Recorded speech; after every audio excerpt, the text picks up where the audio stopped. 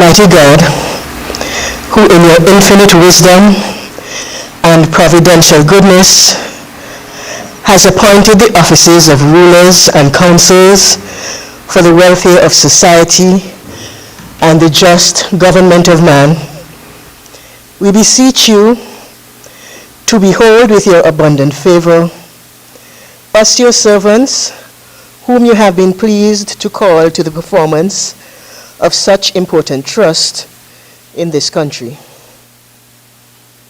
Let your blessings descend upon us here in council assembled, and grant that we may, as in your presence, treat and consider all matters that shall come under our deliberation in so just and faithful a manner as to promote your honor and glory, and to advance the interest you have committed to our charge.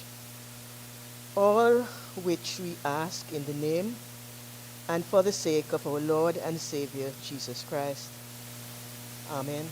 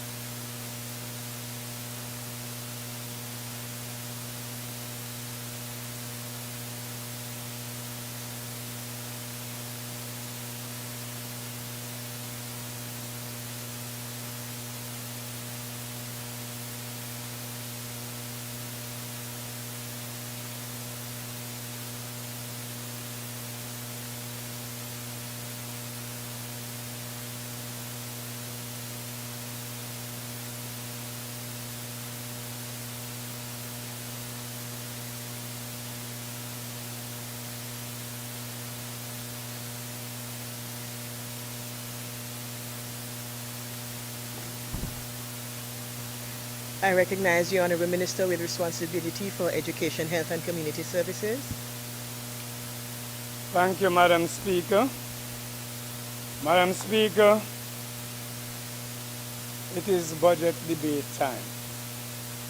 It's a time when politicians get a chance to showcase their skills in theater or rhetoric, make promises, campaign, a time when much latitude is extended by the Speaker and objections from members are few.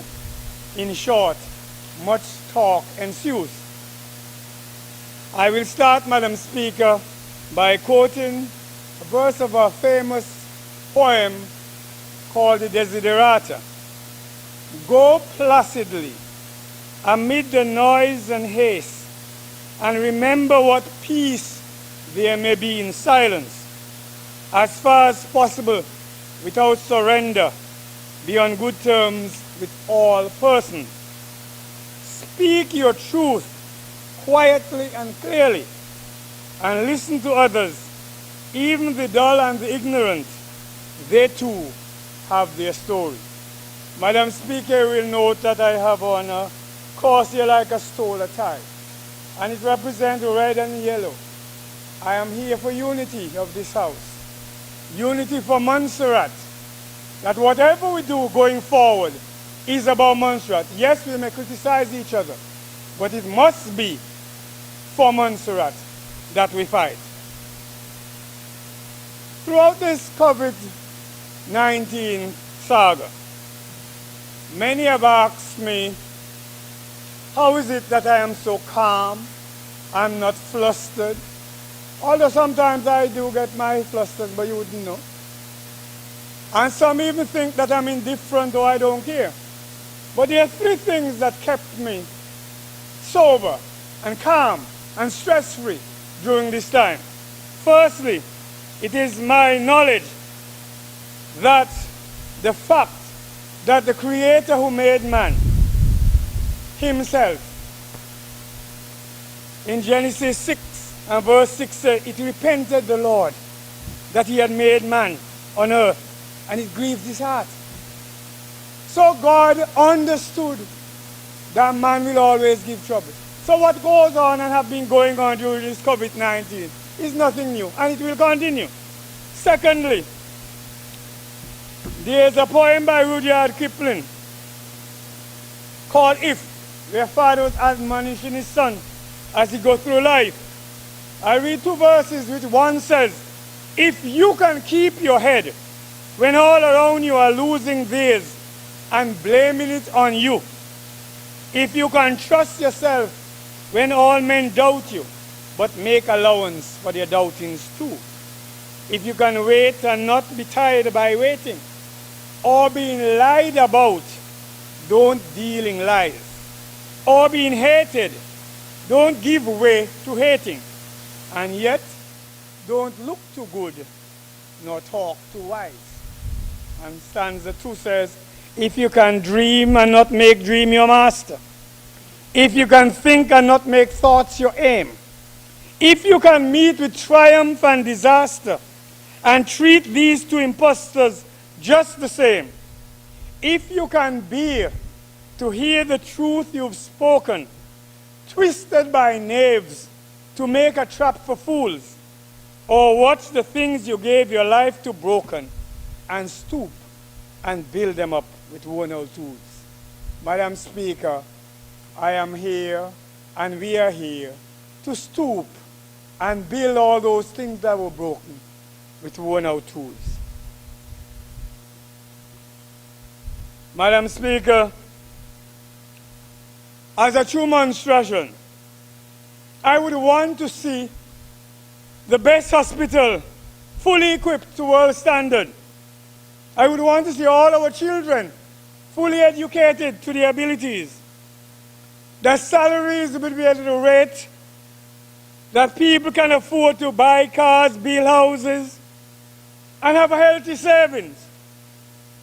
Where the elderly are cared for, and the island is crime-free. No domestic violence, but peace and harmony. That is the Montserrat I would like to live in, Madam Speaker. And what a wonderful Montserrat that would be. Oops. But that's a dream, Madam Speaker. That's utopia. Reality must set in. And so, Madam Speaker, as I consider this budget,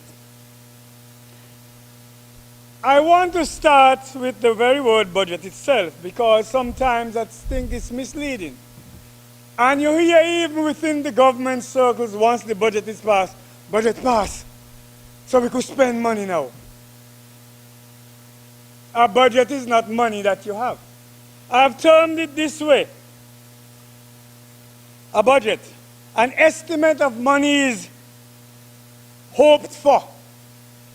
The evidence of money is not seen. That is what a budget is. We hope for the money, but we haven't seen it. Because if you go through the budget, you'll recognize that right up to the end of the year, you're hoping to get some of this money that you budget. It's an estimate. Anything can go wrong with this estimate. Madam Speaker is like a businessman doing a forecast for a bank loan, and he forecasts that he will make so much profit over a year or 2 year period. But alas, things happen, and all of that changes. And he has to readjust as he goes on to ensure that he stays within his means. Secondly, Madam Speaker, the theme for this budget says building Montserrat's economy in a digital age. Now, Madam Speaker, we did not arrive to this digital age overnight. We came from somewhere. So I am going to, Madam Speaker, at this point, take us back to where we begin, see where we are, and where we hope to go. As Marcus Garvey said, a people without knowledge of their past history, origin, and culture is like a tree without roots. Too often you hear people say, why are you going back in the past? If it's just frivolously, that's another matter. If it's for us to learn from that past, then we need to do that. And so, Madam Speaker, I have categorized the years in different headings. The first set being the transformational years, 1960 to 1970. It was at that time we started ministerial government in Montserrat, 1962. And then thereafter in the 60s, we moved from an agricultural base to real estate and development when the Montserrat Company starts subdividing the lands in Woodlands and Alveston. And in Spanish Point on the other end, in Alveston and Old Town, the North Americans and the Canadians in Spanish Point. And so we moved out of sharecropping and the whole agriculture and pillows. And we moved into the new era of transformation. We are now men who used to work all month, for months, and see no salary, were able in the building construction industry to get a salary at the end of a week. We saw during that period financial institution increase. We had the Royal Bank from 1917. Barclays Bank came around 1966, and so did the Building Society, and later on the Chase Manhattan. The Viewpoint was built during this era. Electricity went island-wide after 1967, and radio and television was on the scene in 1963, so that we may know our past and where we have come from. We did not arrive at this digital age overnight. At that time, people worked and worked hard for their livelihoods, but we'll get to that later. 1970 to 1980 I call the years of national pride. It's the decade that saw changes when we as a people recognize that we need to be at the forefront of our own affairs. And so you had the Montserrat Allied Workers Union being formed, the Emerald Community Singer, other drama groups. University Center was a hub for all these things. You had the technical college, you had a music school, you had a commercial school. Because during that era, education was key, still is. But it was at that cusp that we recognized that we all need to be going forward, not only to educate yourself formally, but to know your past, know who you are, and become ready to take this country over. National Providence Fund, the precursor to Social Security, came in the 70s. Now 1980 to 1985 I call it transitional years. And as the great late Marcus Garvey said, if you have no confidence in self, you are twice defeated in the race of life. If you have no confidence in yourself, if we have no confidence as a people called Montserratian, then we are defeated twice in the right of life. We were on a roll to take this country over, to rule it, to govern it. That's where we were going. but we had to understand ourselves. Madam Speaker, during that era, 1980 to 1995, keeping in that thrust of our, we appointed our first financial secretary. During that era, we appointed a local young accountant general. And many more positions then held by our colonial masters were replaced by local everyday person called Montserrat. Because we were on a mission. The AUC came to full force during that time. And with it, a number of people sought to do business. Young people were building apartment buildings for rent. Restaurants were started. Car hire rentals came around full swing. We had businesses like W&W Electronics. We had a soda factory. We had a brewery at Richmond Hill. We did beer and vodka. We were selling rubber plants. We introduced fiber optics during the 91 to 96 under NPP government, which later became MCAP. Madam Speaker, cell phones had just started coming in, and they had some big clogs at that time. Social Security came in that same era, 1986. Universal education came, where everyone was now allowed to go to secondary school. When I went to secondary school, the line was across on the number 15. Only 15 could have gotten in at that time. Some years before, only 10. That time, the secondary school had two main buildings.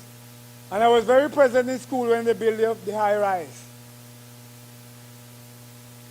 So education was on the roll because so many children in the past, Madam Speaker, were not able to go further. But those who left Montserrat did us proud in spite of a non-secondary education because the foundation was laid. You had a lot of small businesses, bakeries, supermarkets, offshore banks.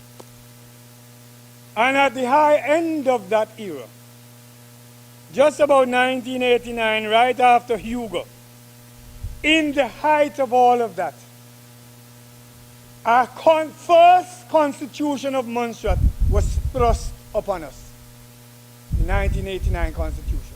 Without any negotiation, without anything, in the height of a disaster. Madam Speaker, so many disasters happening right now. I wonder if history may repeat itself and have something else thrust upon us. I am sounding the signal now that we may not be prepared then, we are prepared now. And we will not stand idle if any other thing of that nature is thrust upon us without our say.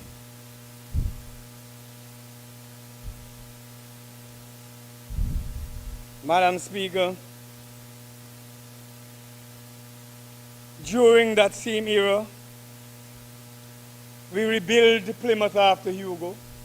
We had a new parliament building, which brings me to the point we are still here, struggling around after all these years, which is a burning shame for all of us as government. Not that I think any government has not tried, but it's a burning shame that in all that, our respect, this building a building for the parliament should bring some pride to its people. And we must ensure that we get that. Together with those across the bay, we expect that we will work on that going forward. Because we need to be a proud people once more. That is what we are looking for, Madam Speaker. Now, Madam Speaker, I term the years 1996 to 2014 as the rebuilding years.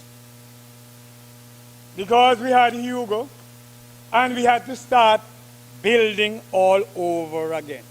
And it so happens, Madam Speaker, I was in the midst of this when it started. And it seems my fate always is to deal with some disaster or the other. And that's why I remain calm. For history has taught me, getting yourself flustered about what others say will distract you from the real goal. Madam Speaker, I have come to learn that as long as money is involved, everybody loses their religion, they lose their integrity, they lose their pride in the name of money. I've been there before. And I'm going through this one gracefully, Madam Speaker. For as I said earlier, if God, who made man, got tired and repent, who am I? I must understand that they will always be the way they are.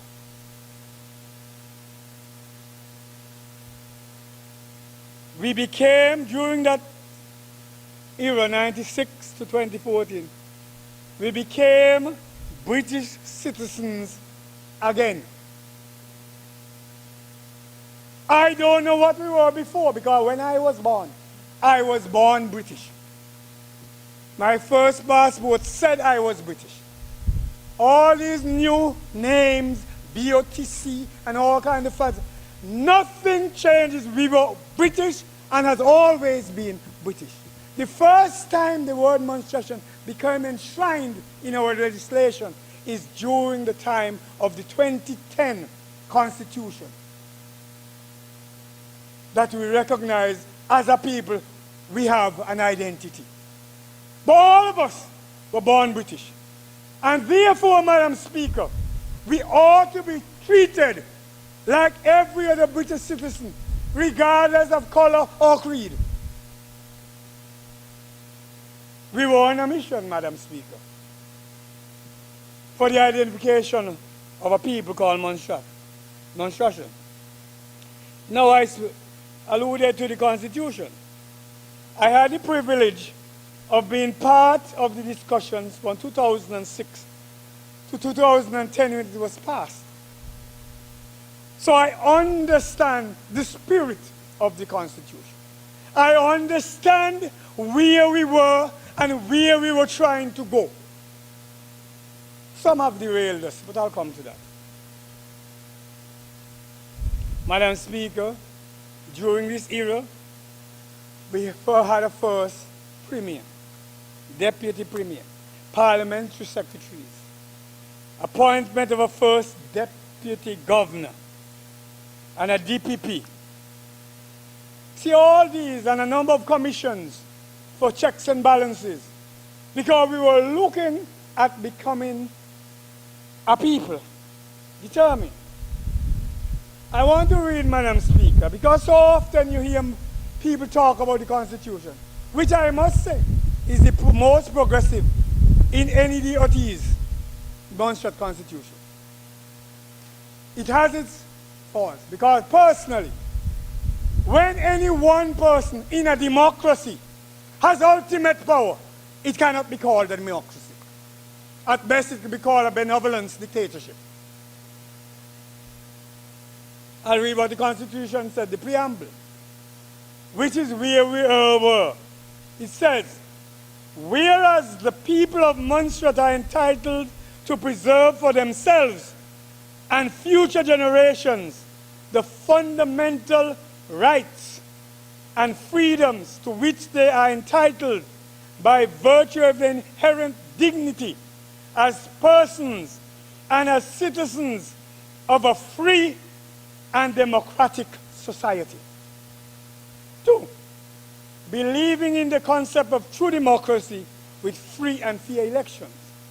3, acknowledging that their society is founded on social justice, moral and spiritual principles, democratic values, and respect for fundamental human rights, and the equitable distribution of resources, the rule of law, and the supremacy of God.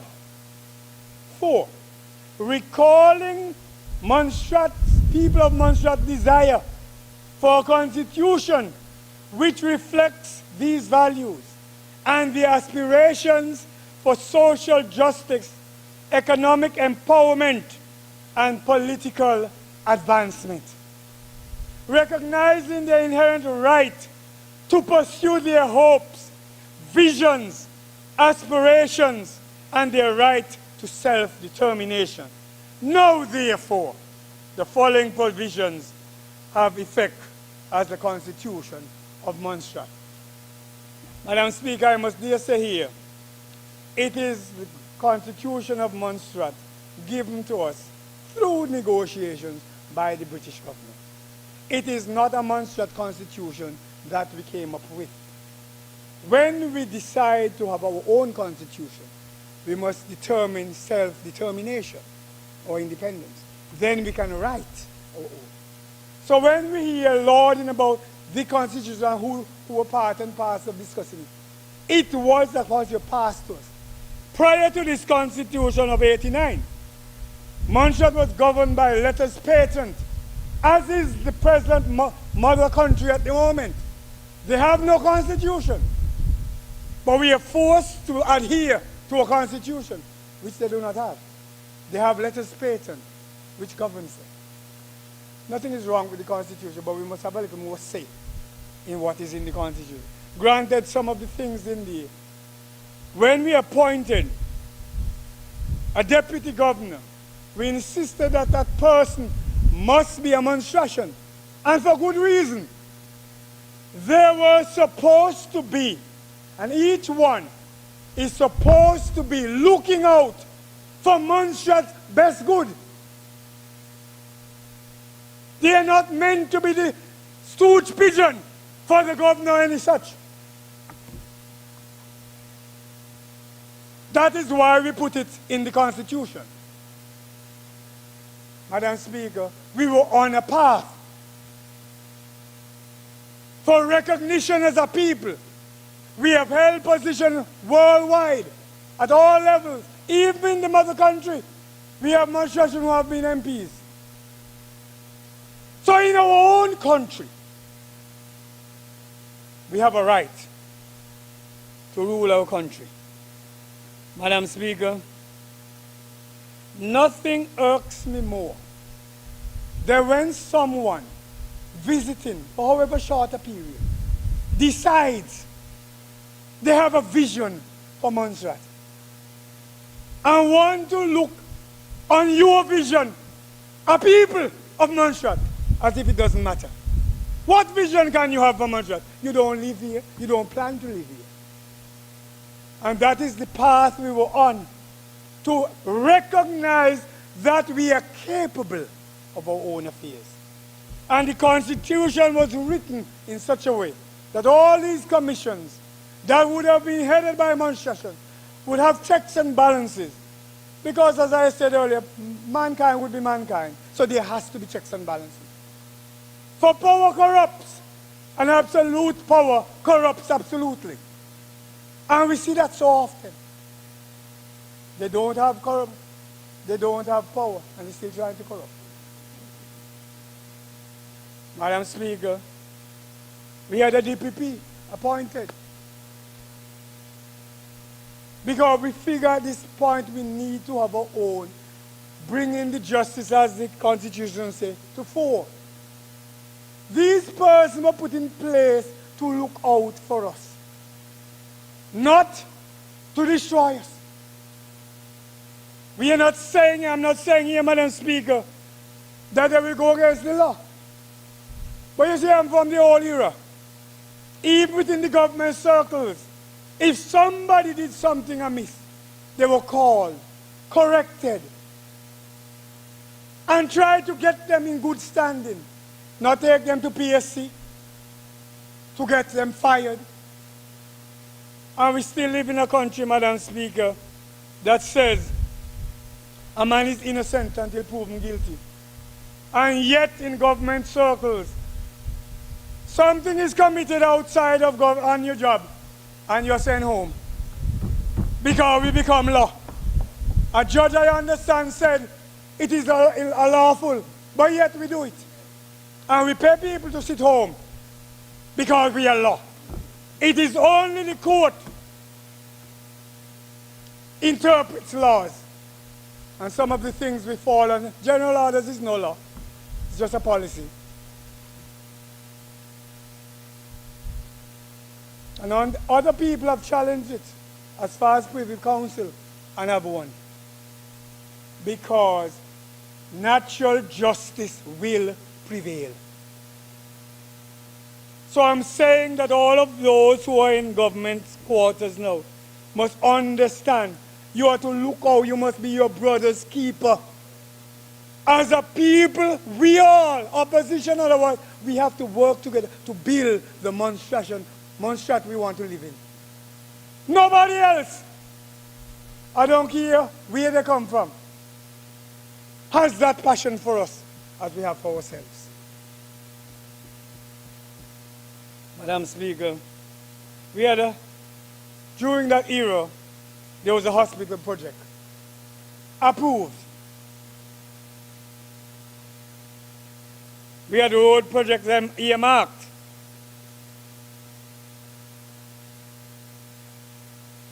The Basis to St. John Road was one of such. Marshall and Nixon were part of that document that look at all roads. The A1 road bridge to St. John was also to be done. I'm not in public works, but it seems that every time I go out and come back, things that I left, I have the government of which I am a part has to conclude them. I'll say a little more on that later. We build several buildings on the accommodation. You have the MRCS, we had agriculture, we had public works. Because we have to go forward and build government accommodation. It's nice to help the public sector, the private sector, but government should have its own buildings. And we have to get that back on track.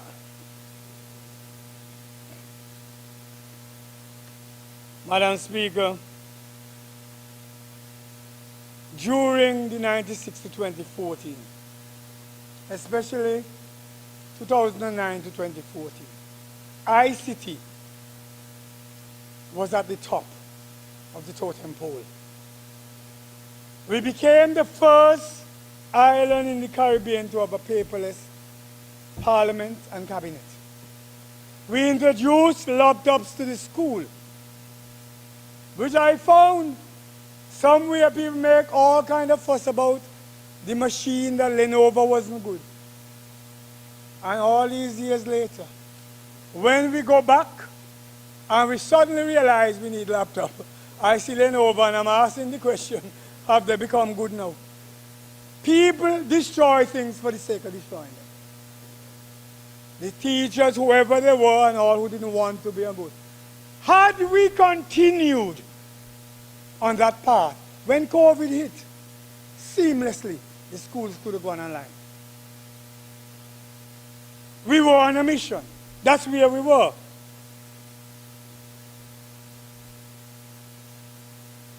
A national ICT policy was put in place. And I learned that St. Kitts have, in fact, adopted most of ours. And we are still to implement it. I'll get to that a little later. Now we have the years 2014 to 2019. And I call them the retrogressive years. We had social housing built for $500,000. We, again, ensured that we had a financial secretary, no disrespect to you, sir, but we had a financial secretary that is not Montserrat. And I believe that the premier at the time really thought that our financial secretary, who was hailing from St. Helena, where he had a 300 million or whatever pounds airport, would have brought one to us. You're still to deliver, sir.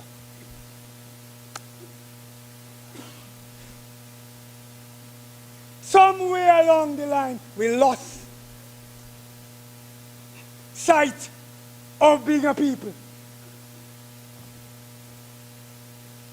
Madam Speaker, we noticed that a lot of key positions, which I spoke about, that we are taking over as Montserrat, are now being slowly filled by people of another ilk. That is where we are at. We were on a mission to make our people come in charge of this country. There was the closure of MDC. So all investment, everything ceased. Retrogressive years. You didn't have to like MDC or the people on it. You tweak it, you remodel it, but you leave it. But somehow, we retrogress. And the motto of our secondary schools is, he who does not progress, retrogresses. And so we saw some retrogression during those years. I will say though, Madam Speaker, in the midst of all of that, one minister recognized and understood after he won, and after the minister before had a good chat with him, that government is continuing. And I must say to Mr. Lewis, you did well, sir. Government is continuing. You do not stop what you meet. You see, we came in, we could have said, let's get rid of CPREG. No! Government continues. So here was it, that this minister continued the projects he met, and he delivered. He has to take credit for them. I may have envisioned them, but he must take credit, he finished them. And that is what every government should do. So this is where we are at. However, you know, like how Revelation said to the churches that I have aught against you. I have aught against him for the ICT funds that was given to cadets. I don't know if these cadets have joined the Defense Force yet, or they have become fallen on the battlefield, but I somehow have not seen them. Or their products, or their creation of jobs. But apart from that, I think he was on the right track. Had others take the same cue, Madam Speaker, I wouldn't be here talking today. Had the Premier of the day understood his role to push Montserrat forward, I would not have been here today. Not a soul could win them. But ignorance is bliss, where the one-eyed man is king. Madam Speaker, there was a mantra going around. How much? 5 festivals and something? So about festivals. 6 festivals. Now COVID has shown a damper on that. If you had another pandemic, all this, if you're going to build your economy on festivals, God help us. Tourism gets hit by it. You can't depend on certain things that depend on other people coming to your country if your borders are closed. So that is why we have to attract investors that will build here or be able to work from here because of fiber optics. I'll get to that. But you know, Madam Speaker, I am coming to the end of the history. During the 2014-19, there was a witch hunt for corruption. Until I believe some of the persons were told maybe you are corrupt too. I'm saying maybe they were told. And there was this myth of first call and British funds. We hear it all the time, up to now. Madam Speaker, I wonder which one is worse, COVID-19 or Romeonomics. I'm not sure which is worse. Because one killed the economy, one killed lives.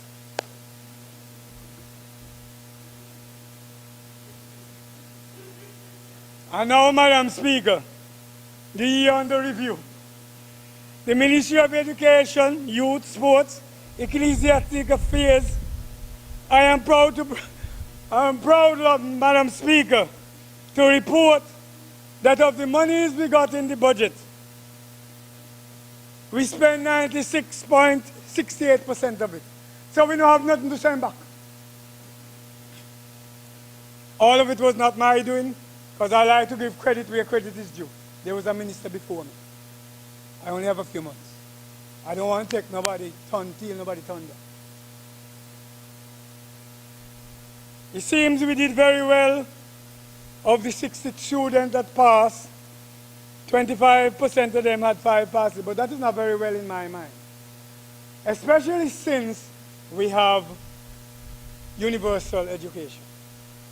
And when that was started, and the PPP program and the other things that were in place, was to ensure that those who are not academically bright, that those who have hands-on would have been treated. Because no country is built on only the bright fellas. Not those that eat bulb for their breakfast, lunch, and dinner. All of us not in that boat. The practical workers. So I don't know, while we report that, is it really where we want to be? Are we turning out people suited for our economic development? Or we come to that? The Cape students had 80% acceptable, 1 to 5 grades. My thing with all of this, are these children equipped for real life? Have it all up there, can they bring it down here? We continue, teacher recruitment is still a problem. We started early, but COVID overtook us, but we're back on the line to recruit, because we need to recruit teachers. And we need that when taxpayers' money is spent on training teachers or any profession, that they come back to Montserrat and give back to Montserrat. It is not a stepping stone for people to use taxpayers' money. And I want taxpayers to understand, it is not the 4 ministers or parliament or the government civil service who creates the money. The money comes from every one of you that's working. And therefore, when you see something amiss in that area, you ought to talk about it. Now I'm hoping going forward, Madam Speaker, that building construction, food and nutrition, clothing and textiles, technical drawing, electricity, those practical things would be enhanced and be taught. Every child is not going to come out with 5 and 6 CXC. Every child is not going to be a doctor or a lawyer. In fact, I think we should cut back now on lawyer and all. We have too much. We have a dime a dozen of them. Anybody wants to be a lawyer, their parents should send them, not government. We have enough of those. We have to start looking at the practicality of the things that this country needs. Going forward, we're going to engage the PTAs, because PTAs seem to have become social clubs now. In my day as PTA president, you looked out for the concerns of the children and the teachers. We were there rallying for them and ensuring. These days, it doesn't seem, I mean, we actually went out, looked for the children and the parents who never come to PTA too. It's not a social club. We have to strengthen those things. And we have to give back the children their youth. This little phone that they have, click, click, click, click, has taken it away. You had clubs like Glee Club, Drama Club, Boys Club, Debating Society, Inter-School Christian Fellowship. Even prefects and that ward doesn't seem to be around. All those things need to come back so children could be involved. We need to train them from there to take leadership positions later in this country. If we don't, we will always have to look outside for those leadership qualities that we need. During this fiscal year, I hope the L&M block would be up and running. We were hoping by September, but given the present situation, that has dropped back somewhat. We're hoping that that will be done at least within this fiscal year.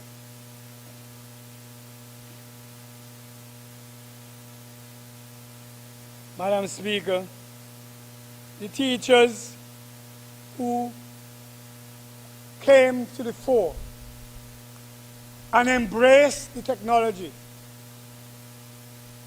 for teaching online, I applaud them.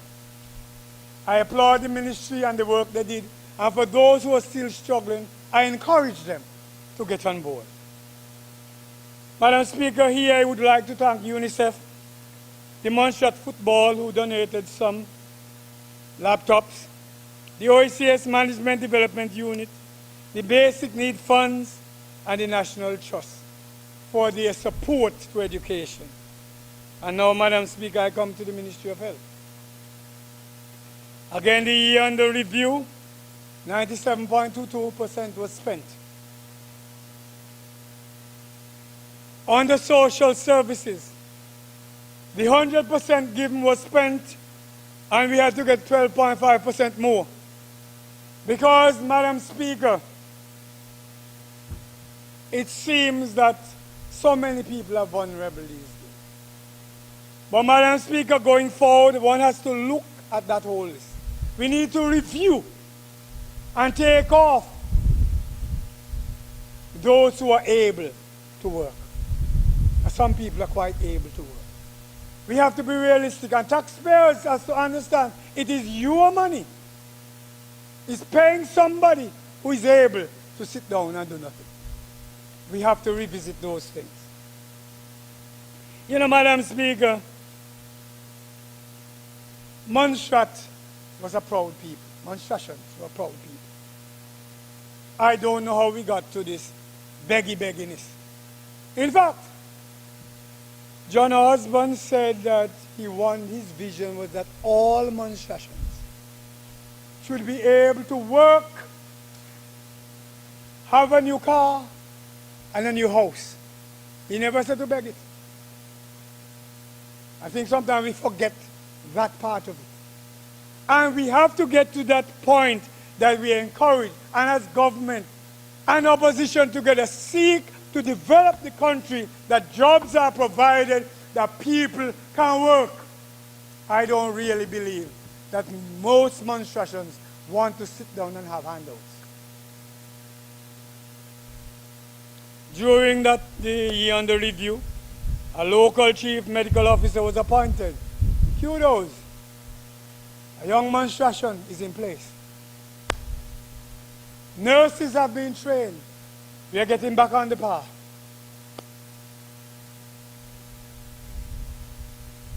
A MOU was signed with Grenada to help in some cases with the medical problems we have. Because, going to Antigua is another story. And I'm sure COVID has showed it up. If ever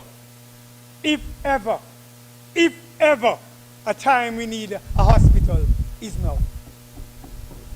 Madam Speaker, when we see what we have to go through, even for an emergency to go to Antigua, we need all the resources on island. And let no one try to stand in the way of that progress. No one. You're either for us or you're against us. If you're here, you work to develop Montserrat. If you have other problems, we have two gateways. As long as you're in Montserrat, you must be fighting for the development of Montserrat. I thank all those who are among us who are not necessarily Montserrat, who are fighting for us. And I encourage them to fight even harder, so that when you would have left this place, Montserratians can say, there goes a person who loved Montserrat and was willing to sacrifice. It's either you're of Montserrat or for Montserrat. And sometimes I wonder where some people's allegiance lies. But that's another matter for another place. Madam Speaker, we know during this whole thing that perhaps, like during the volcanic crisis, mental health was affected. And so, we have that assessment being done because we need to look at not only the children but everybody.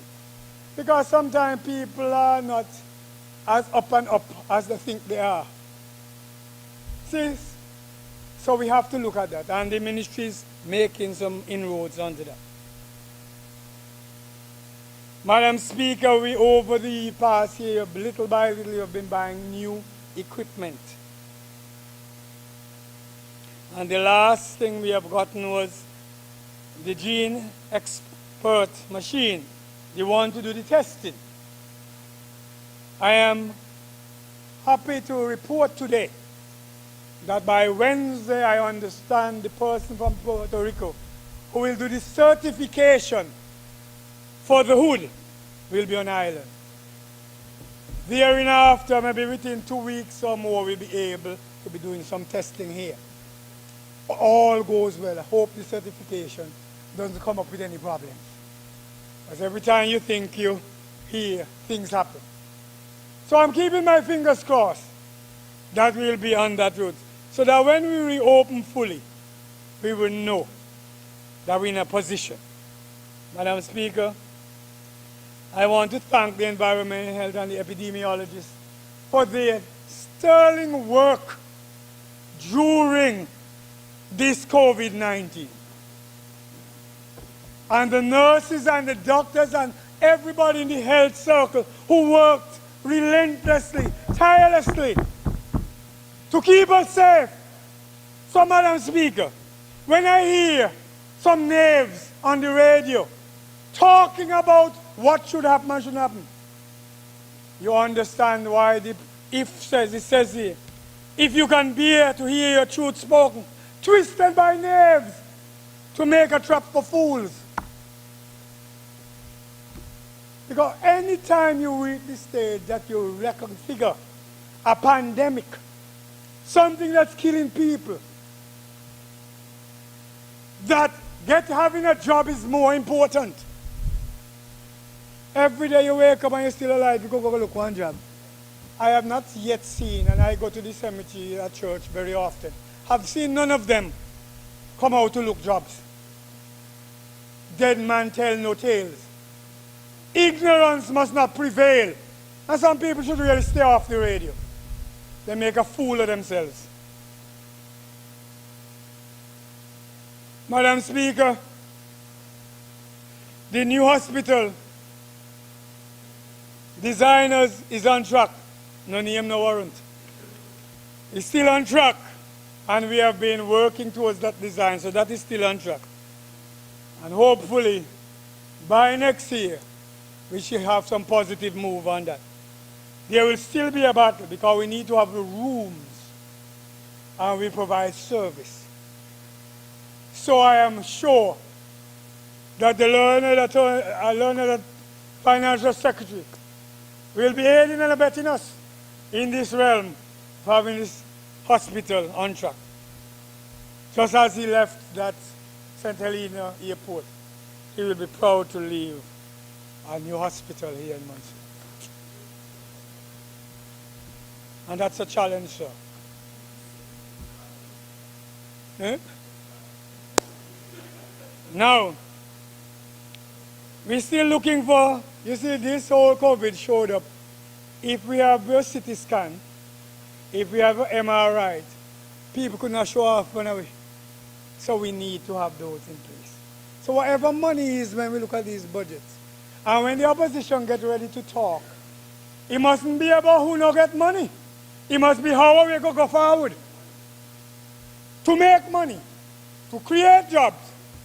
Not come in here. I hope none of them plan to come in here to talk about who no get money and who get money. But may I come to that. May I come to that. I am also pleased, Madam Speaker, that with our increased medical officers, that doctors are now being assigned to health centers. This means that 3 days a week A doctor will be at St. John's Clinic. 2 days a week, one will be at Cudgerhead. And 1 day weekly, one at Salem and St. Peter's.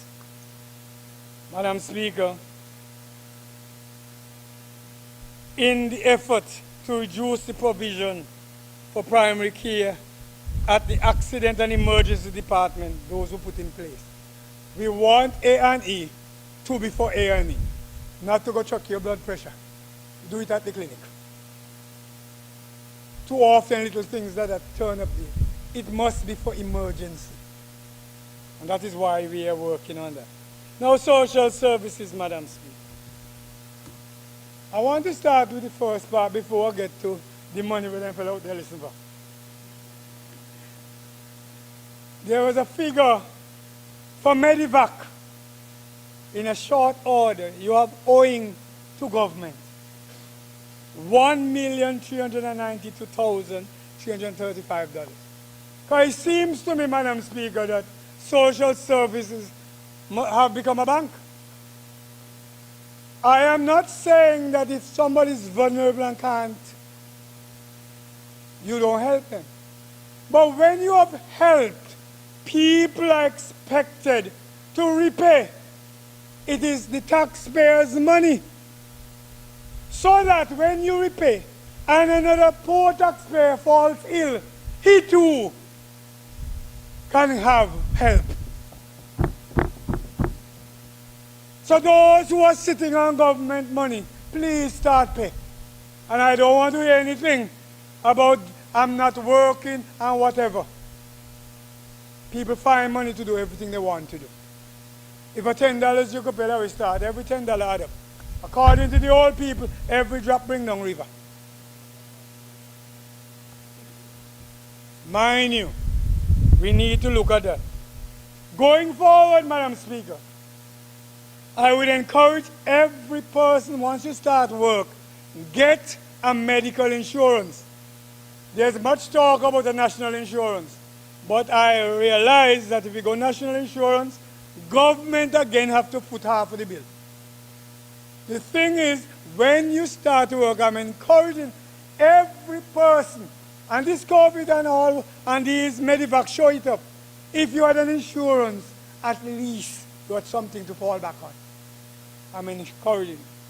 The other thing is, while we go towards a new hospital, all this new equipment we have will be charged for. You'll pay for the service. The same way we could go to Antigua and run up all these bills, we are going to pay. Taxpayers, we are going to pay for the service in Montserrat.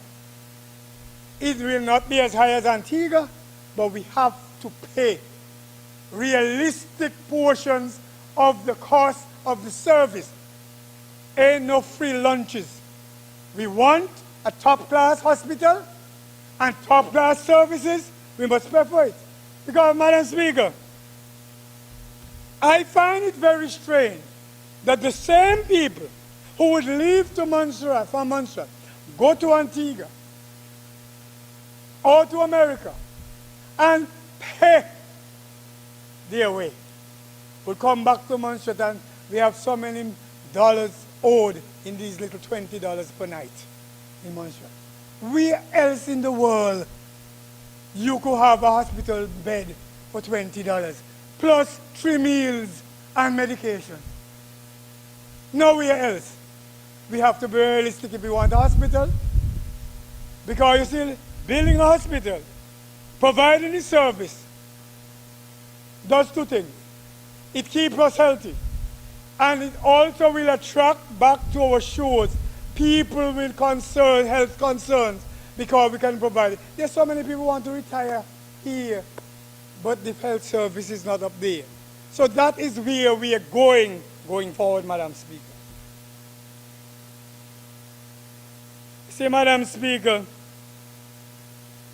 national health insurance is one thing, but I notice all the models I've seen, government have to pay a whole chunk of it, along with the taxpayers. It's almost set up like Social Security. That's what it is.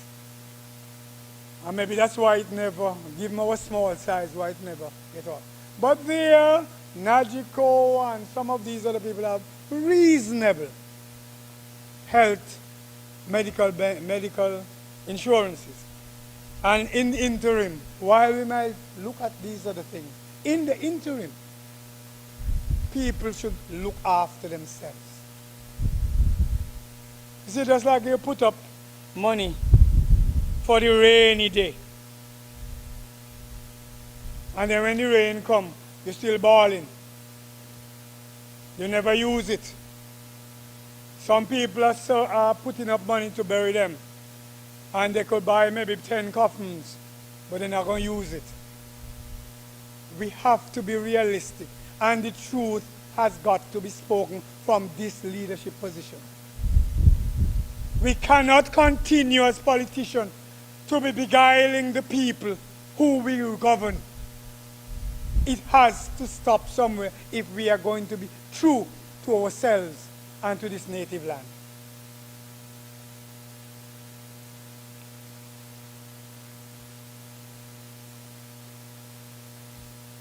Now we come to the COVID monies. And some people have not gotten yet their first payment. Some has gotten. And Madam Speaker, it is unfortunate. And my sympathy goes out to them that they haven't received. But, Madam Speaker, if you were working for a whole year, you're telling me in 2 months you had nothing saved, not even $900? Nothing. Always then, gimme, gimme, gimme. And the Bible in Proverbs says that greed has 2 daughters. One name give me and one name give me more. And I'm a writer. It's in the book. And politicians have a tendency to propagate these things. It's nice to get votes, but I've always warned the opposition, including my good friend the ex-premier, when you make the promises on that side and you transfer on this side, you have to keep them.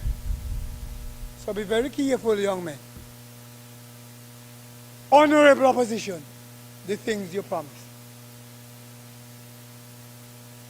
Reality must set in. See, Madam Speaker, I am going to say this. While within the ministry we were not prepared to be dealing with all this, and why some people do it, and I apologize for that. But at the same time, the problems that we had, some people actually caused themselves not to get money. They refuse to give you a bank account. They refuse to give you ID. So when we started, and think it will be smooth sailing, people just go because easy. Then you end up with other checks and balances. For why? On one case, I recall somebody, they didn't have their bank number. And when they were called, they say, I'm not in Montserrat, so I can't pick up the check. You have that. Then some people forget that because of checks and balances, they applied for everything. So the ID show up a few times. So what happened? That you had to now be checking those things you shouldn't have to check. Because people are dishonest. Sometimes they, instead of carry their first name, they write their second name, but the same ID. So you had all those checks. And I want to say, Madam Speaker, the money did not come, as people on the radio say, to just hand out. It was not a welfare money. It was here to help people, like all countries, that were affected by COVID. It wasn't just a free for all that people just get money. If that was the case, then you'd have to have it every month. Madam Speaker, I think we must realize when people are saying that whatever the quantum, divide by the population, just give people. I remember during the volcanic years, after the airport was built, there was a whole toll about the money spent. And the same thing was said, the money should have been divided and given to the people. So at no time we expect to continue the development of the country. It's just to give people. People who have never worked a day in their life, you must just give them money. No country can strive on that. And people are afraid to say it and afraid they lose votes, but it has to be said. And people's dishonesty and their greed has been much more than COVID itself. Madam Speaker, when I started out by saying, go placidly amid the noise and haste. And I said the truths must be spoken quietly and clearly, because they have to be. I am accustomed to the backlash. Matters not to me, I'm accustomed. And just like water and duck's back. Because somebody has to state the truth in this honorable house. And this house is supposed to be honorable. And when people get up and lie in this honorable house, they must be called out for it. So it's supposed to be honorable house. Some of us could get away with murder, others of us get chopped.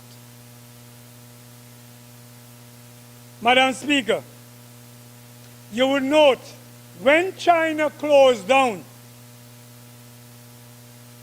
when it reopened with all kind of business to cover corona. During this lockdown, I would have thought, and I'm thankful that some people and some business understood they should be thinking, how can I develop a business in corona era to make some money? And so the seamstresses did a wonderful job. I commend them. I applaud them. That is what it is for. Necessity is the mother of invention. And I hope that my colleagues on the other side would be bold enough to tell the people they represent that we need to think outside the box and develop industries to make ourselves work. Now, Madam Speaker, I noticed, apart from the individuals, a lot of small businesses are clamoring for $10,000. Madam Speaker, they weren't making anything near that before COVID. And we have to say it as it is. While you are willing to help them, they must not think it's a right. And as my good friend, the late Hammy White says, some of these businesses were mere experiences and should be treated as such. So you have an experience called a business. And if I was like some people, I would have used COVID to close it down.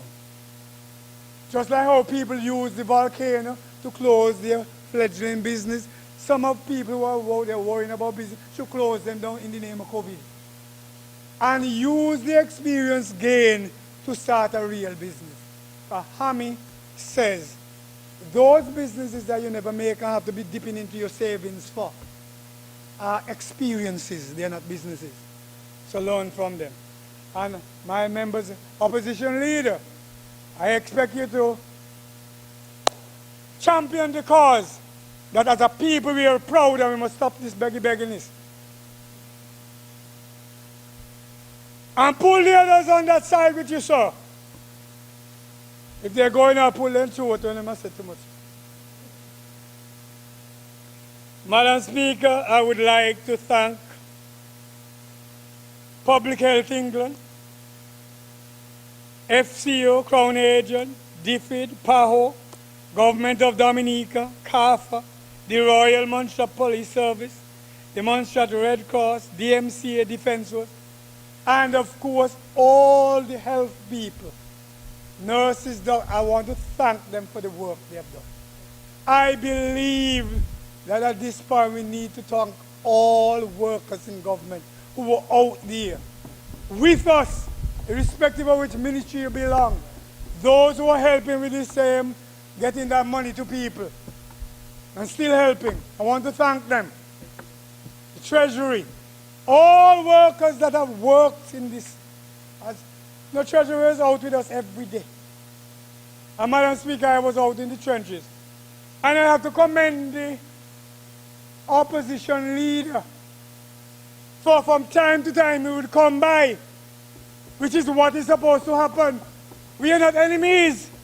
I walk with this tie, so you see that there's some unity around here, red and yellow together, and then I fight. And he would ask questions. He will get the information. Madam Speaker, this is what we're supposed to be doing to build a Montserrat. And Madam Speaker, it annoys me when some members of the opposition see it fit, as they probably envisage it, to write to the great white hope rather than deal with poor mortal like me and you. The day-to-day running of the government of Montserrat rests on the ministers in cabinet. That's where it rests. So you could write open letters, me for one, Madam Speaker. I'm not answering no open letter. If the letter is open, whoever is open to answer it. There are a number of things I'm not going to do. You see, there's a little man in Kojet who says, this tongue is what gets us in trouble. A still tongue still keeps a wise head. The more we chat, the more we confuse ourselves and others. Madam Speaker, we have to look at going forward as a people. This budget is not ideal. The figures, as we heard, are in short. Like every budget, we don't know what's going to happen down the road.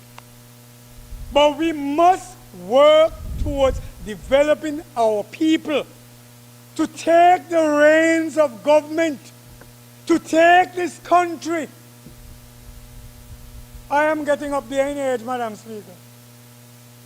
I'm not as young as I used to be. I used to be young one time. But I'm not as young as I used to be. And I expect to see, and we as leaders must set examples as politicians for the youth to understand they must work for their livelihood and not expect handouts.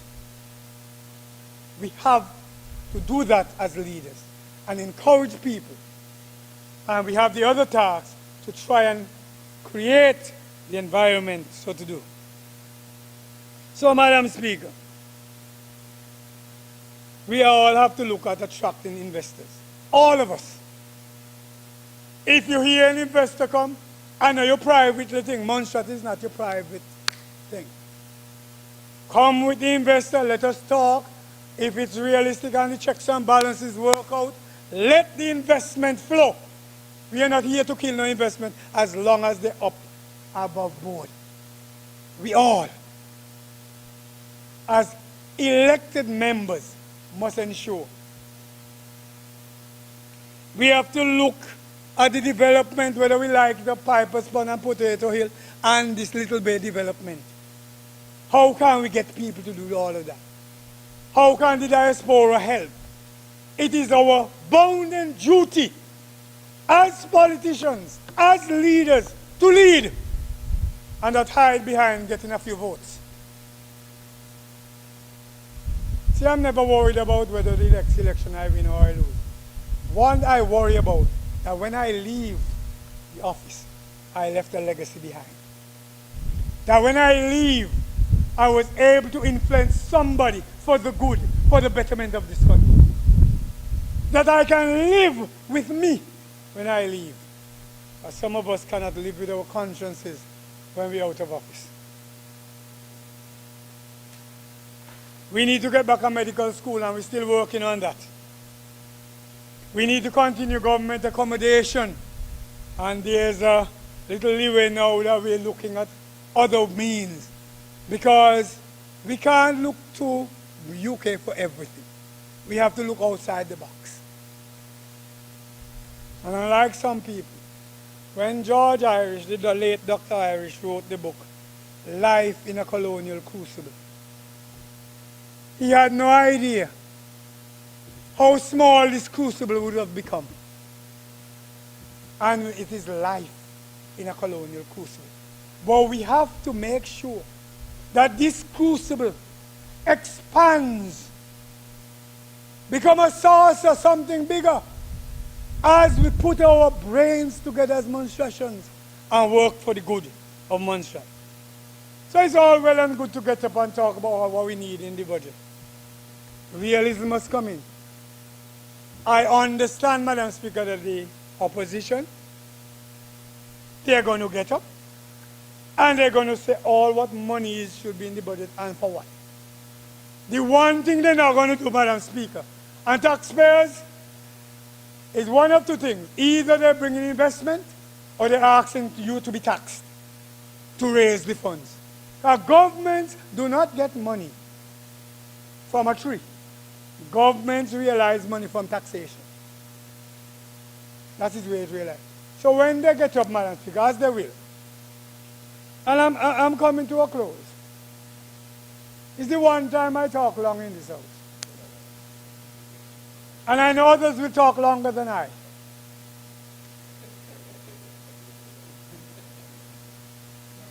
We need a new parliament building and all that.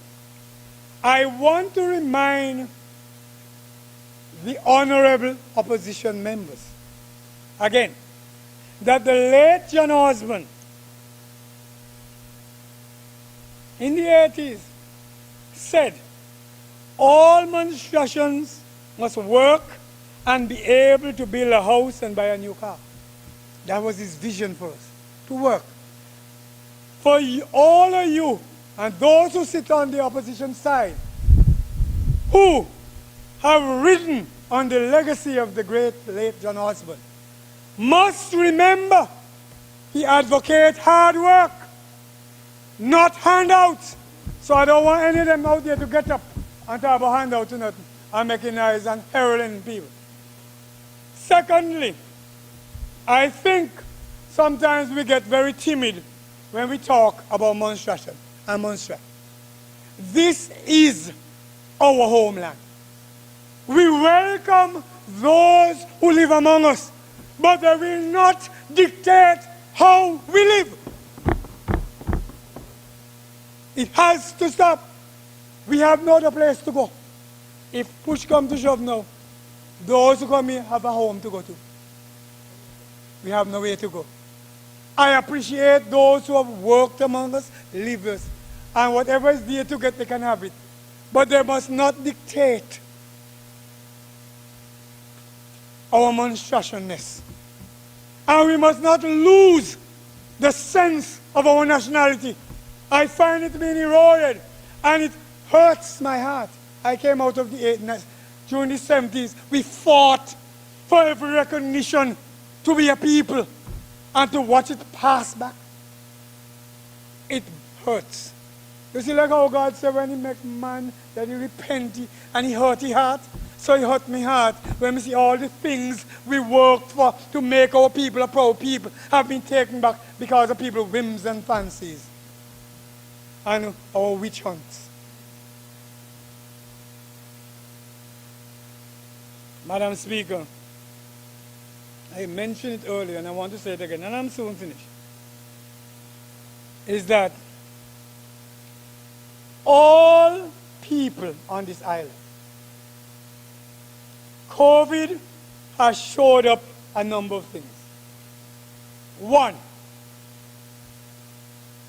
when the employers take your tax and your social security, they must pay it in. And somebody, somewhere, and those in charge of that division must ensure that the laws are implied fully. When you reach 60, you're not supposed to be a herd and wondering if you're going to get Social Security. We heard in the budget speech that we have to now look at Social Security. Now you wonder why there's no money in it? Most of the people are self-employed must pay their Social Security. Or else, Social Security, all people, whether you're self-employed or otherwise, must pay your Social Security. Because at the end of the day, when you reach age, you expect to get something. And we, as a government, as a parliament, must encourage that. We're not supposed to be going and trying to nice with people, and then when it's finished, taxpayers, I want you to understand, it is you who have to carry them at the end of the day when they don't pay. It is not the ministers, nor the civil service. It is you and I who are paying taxes who have to carry them. If they are vulnerable, we understand that. But people who can afford to pay must pay and stop hiding behind. So that has to be enforced. And save whatever little you can. I rather admire the older people. I used to work in bank. And I used to see these old people come in sometimes and say $5 a month. And you know, I watch over a period of time. When they have a little more, they put it. And when I saw some of the savings over a few years, I'm saying, why can't we learn that? They used to teach thrift in school. We need to get back to that. Save something for the rainy day. And when the rainy day come, stop ball, go take them off and go use them. And then, you notice every welfare system around the world, they give you a cutoff. If you have more than a certain amount, you don't get welfare. And every few years, they revise and revisit to see. If you have more, they make you pay it back. So we have to start thinking, and I want to call on taxpayers to understand it is you who are paying tax. All this burden is on. It's not on the politicians. So they could say all what they want and encourage people to do all what they want. There's a story in one of these DTs where a small island, and one family always queried everything. And the rest of them joined that person in suing the government. But one morning they wake up and wait. Every time he sue and he get money, our taxes go up. And when that reality hit him, they decided they're not supporting him again. It's best for him to leave, he and his family. And I want taxpayers to understand, every time you encourage somebody to sue government and do this to government, you're not suing the four ministers of the civil service. You're suing yourself. I want those things to be understood. I want you to understand a budget again is money is hoped for, and money is not seen. And so as I close, Madam Speaker, the opposition will outline everything that is wrong with little or no solution to anything. I'm challenging them to come with solutions. Some will even rewrite the entire budget. Because it's not a matter of discussion like myself and the honorable opposition have, that we discuss things. We don't always agree, but we discuss. This is a discussion for the betterment of Montserrat.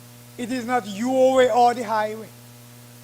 But we hear some people present another budget. Madam Speaker, and those, we will hear again the plight of the poor. And I like how the good master summed it up. The poor will always be with you. So you will all have an opportunity. My concern is about the working poor. Those who are working and can't make it, those are who I am concerned about. Because we're always going to look after the real poor and the humble and the vulnerable. But the working poor, but if we create a situation, Madam Speaker, where people are working and taxes are paid, then monies will be around to help the working poor and the poor. Salaries could then be increased as long as that environment is set. It's not going to be an easy road.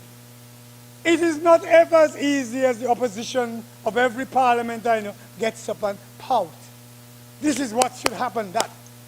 Because remember, when you're in opposition, Madam Speaker, you don't have to do a thing except talk. It is the government who have to find all the money. So I expect I'll hear the glorious talk. That will go on. And I hear the plight of the poor. And I'm going to hear that $900 is not enough. It should go up to $1,500. But I want to remind this Honorable House and the public that in 2014 election, the same thing was said. 1,500 should have been that magic figure. 5 years later, with all that pouting, nothing was done. And why? Reality had to set in. You don't have the money to do it. So I do not expect the opposition to get up here and posit all things to be done unless they're going to tell me where to find the money. And taxpayers understand well that is only one of two things they can do. It's either they ask us to tax you or they're going to find an investor or something to create the money. Because when you go to England, as I'm reminded that we could go to England, but may I remind this Honorable House and all residents of Montserrat that the monies that come from England come from taxpayers also. It does not grow on a tree. So when you say to go to England, and the taxpayer in England decide, look, I have 5,000 of them down there, and you're giving so much, give me back my money. Bear that in mind. Yes, we can ask and be thankful to our benefactors. We're thankful for the British government. But we must not think that the money grows on trees, but that the money is from taxpayers' purses. So yes, Madam Speaker, much will be said, and there will be much ado about nothing, but we will get over it. So, Madam Speaker, when all this is over, and the opposition has spoken, if possible, there might be no skin on the backs of the government. But I can assure you that realism will set in. And I hope that all of us, when we go back to the people to promise them things, will be realistic. Our people may forget. But I am saying here, Madam Speaker, point blank, our small base of taxpayers cannot pay all these wonderful things we like. And that's why I have to still thank all those benefactors, the British government, the EU, and all the people who give us money. But I understand that we must help ourselves and see what we can create as we go along. Madam Speaker, at this junction, as I close now, I want all of us living in Montserrat, all of us in this house, and I quote John F. Kennedy's speech, ask not what Montserrat can do for you, but what you and I can do for Montserrat. I thank you.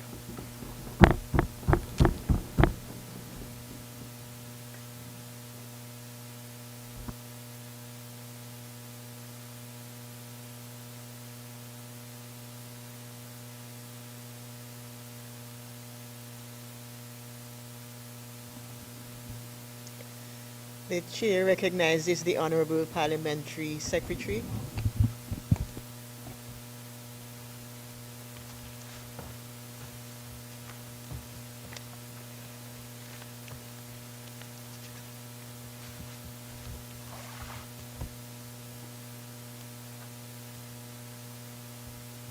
Good morning, Madam Speaker. I thank you for the privilege of addressing this House, this Honorable House, and the nation of Montserrat. My Honorable Minister, Dr. Charles Kernan, has laid the foundation reminding us that we must celebrate the past, embrace, Madam Speaker, the present opportunities in order to build a future for ourselves and the generation to come. Madam Speaker, if you will allow me, I would like to let Dr. Kernan know we are still on a mission. We are going to rebuild our identity as Monstrattians. We are going to rebuild this country. We are going to advance this economy. And business is continuous. So we are going to continue some of the programs that were left. And we want to give recognition at this time, Madam Speaker, because that is one of the things we were taught growing up. We must give credit to whom credit is due. And so for the work that the parliamentary secretaries before me have accomplished, I want to say thank you. I want to also say thank you, Madam Speaker, because some of the programs of which I will speak of in the Community Youth and Sports Services Department, Madam Speaker, began under them and the former Honorable Minister of Education, Community, Youth and Sports and Services, Mrs. Delmord Ryan. Madam Speaker, I will begin with sports. We can never underestimate, Madam Speaker, the importance of sports in fostering well-rounded, Madam Speaker, healthy individuals. It builds character, it builds national pride, and it contributes to the economic development of any country. The Department, Madam Speaker, of Community Youth and Sports Services have therefore embarked on a long-term strategic plan for sports and active recreation in Montserrat. Madam Speaker, it provides a blueprint upon which sports and recreation will be nurtured and promoted over the next 5-year period. It promotes partnerships between industry, associations, government. Madam Speaker, we cannot do it alone. We came in here, Madam Speaker, on a platform that we will do it together. The vision of the National Sports and Recreation Policy, Madam Speaker, aligns with the Ministry of Education, Youth Affairs and Sports vision of developing the ideal Montserrat citizen. It is built, Madam Speaker, on our motto that we are a people of excellence. Madam Speaker, a man without a vision is like a ship without a rudder. We cannot simply do things in abstract. We must know on what platform or foundation we are launching. And we are launching, Madam Speaker, on the platform that we are a people of excellence. And therefore, we are going to build excellent sportsmen and women who will do Montserrat proud. Madam Speaker, we have been allocated a budget of $2,328,000, Madam Speaker, for community youth and sports services. Madam Speaker, this money, as we say, is not, we hope to get it. But the people of Montserrat must understand that this money is for the programs. We have salaries to pay, $585,300. Allowances come into that, Madam Speaker. We have travel, we have utilities, Madam Speaker, $55,000. We come down, I'm not going to say all, we have maintenance services of $130,000. We have rental of assets, Madam Speaker, of $195,000. We want to help others, Madam Speaker, but we also need to get our own buildings. I am quite sure when we move on, those will be occupied because, Madam Speaker, this economy will be booming, and so there will be no losses. Madam Speaker, grants and contribution amounts to $325,000 in this budget, and we have program production and promotion of $760,000, Madam Speaker. Madam Speaker, that is how our budget is laid out for us. Madam Speaker, we came in here and the department immediately recognized, Madam Speaker, there was need for improving our sports facilities. And so a maintenance plan was implemented, personnel recruited to, Madam Speaker, carry out remedial works and repairs at the Salem Park, Little Bay Multipurpose Arena, and the Little Bay playing field.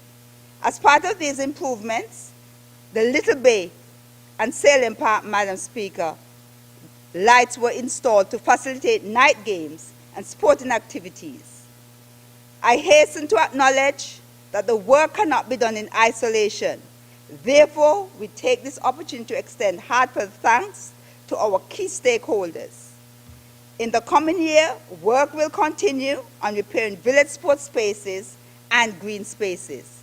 Madam Speaker, we do recognize we are not operating in normal circumstances, and adherence to COVID-19 health protocols must be taken into consideration, and we are therefore going to create safety-compliant facilities in Little Bay and Salem Park, which will include hand-washing outlets and sanitizing stations. At this point, Madam Speaker, we wish to express thanks to the Right Honourable Mr. Basil Morgan for his technical advice and guidance regarding improving the cricket pitch. If we look over, Madam Speaker, you will see that work is being undertaken there. We are confident that having a world-class cricket pitch will attract much more regional and international competitions and support the opportunities for the development of sports tourism in Montserrat. Madam Speaker, life must continue with or without COVID, and we are going to continue to dream, we're going to continue to plan. Certainly, sports tourism will bring for us, Madam Speaker, much revenue, facilitating hotels, restaurants, and entertainment. We see what happens, Madam Speaker, even when we put on our little relay on Easter Monday. We intend, Madam Speaker, to make that even bigger in the coming years. As I said, Madam Speaker, we are launching from a platform of excellence. And therefore, the Sports IQ program was developed because we intend to hone the skills and talents of our sports personnel. We are determined to build, Madam Speaker, on what their natural giftings are. And we are also going to extend this to other neighbors, Madam Speaker, so they too can come and participate in what we have to offer. Madam Speaker, we boast of our athletes who have secured scholarships and tenures at schools, clubs, Madam Speaker, to support their development and professional careers. Numerous medals were won by athletes in Nevis and Grenada, and noteworthy performances recorded in the Cayman Islands, Jamaica, and USA. Madam Speaker, government is continuous. We are going to build on that.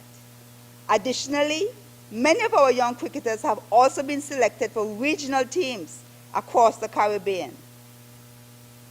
6 under-19 footballers went to Antigua last year and participated in football trials. 2 successfully secured scholarship to the United Kingdom colleges. Again, last year, under-15, under-17, and senior cricket teams all participated in the Leeward Islands tournaments in Antigua between October and December, and credible performances are again recorded. Montserrat must say thanks to the Montserrat Football Association, who continues, Madam Speaker, to work with our footballers. We could not do it without them. Madam Speaker, we are determined to reignite the profile of sports and community development on island. And so we have increased other sports such as rounders, netball, Madam Speaker, holding sports festival, training camps, which provide meaningful outlet for our youth and community members and enthusiasts alike. Madam Speaker, if you had gone down to the park when they had the community rounders, parents, children, groups, staff, Madam Speaker, they were all there engaging, building a cohesive community. It is not uncommon, Madam Speaker, for Montserrat to be a first and to be part of a founding member of many regional institutions and associations. And so I want to report that Montserrat is a founding member of the regional anti-doping organizations.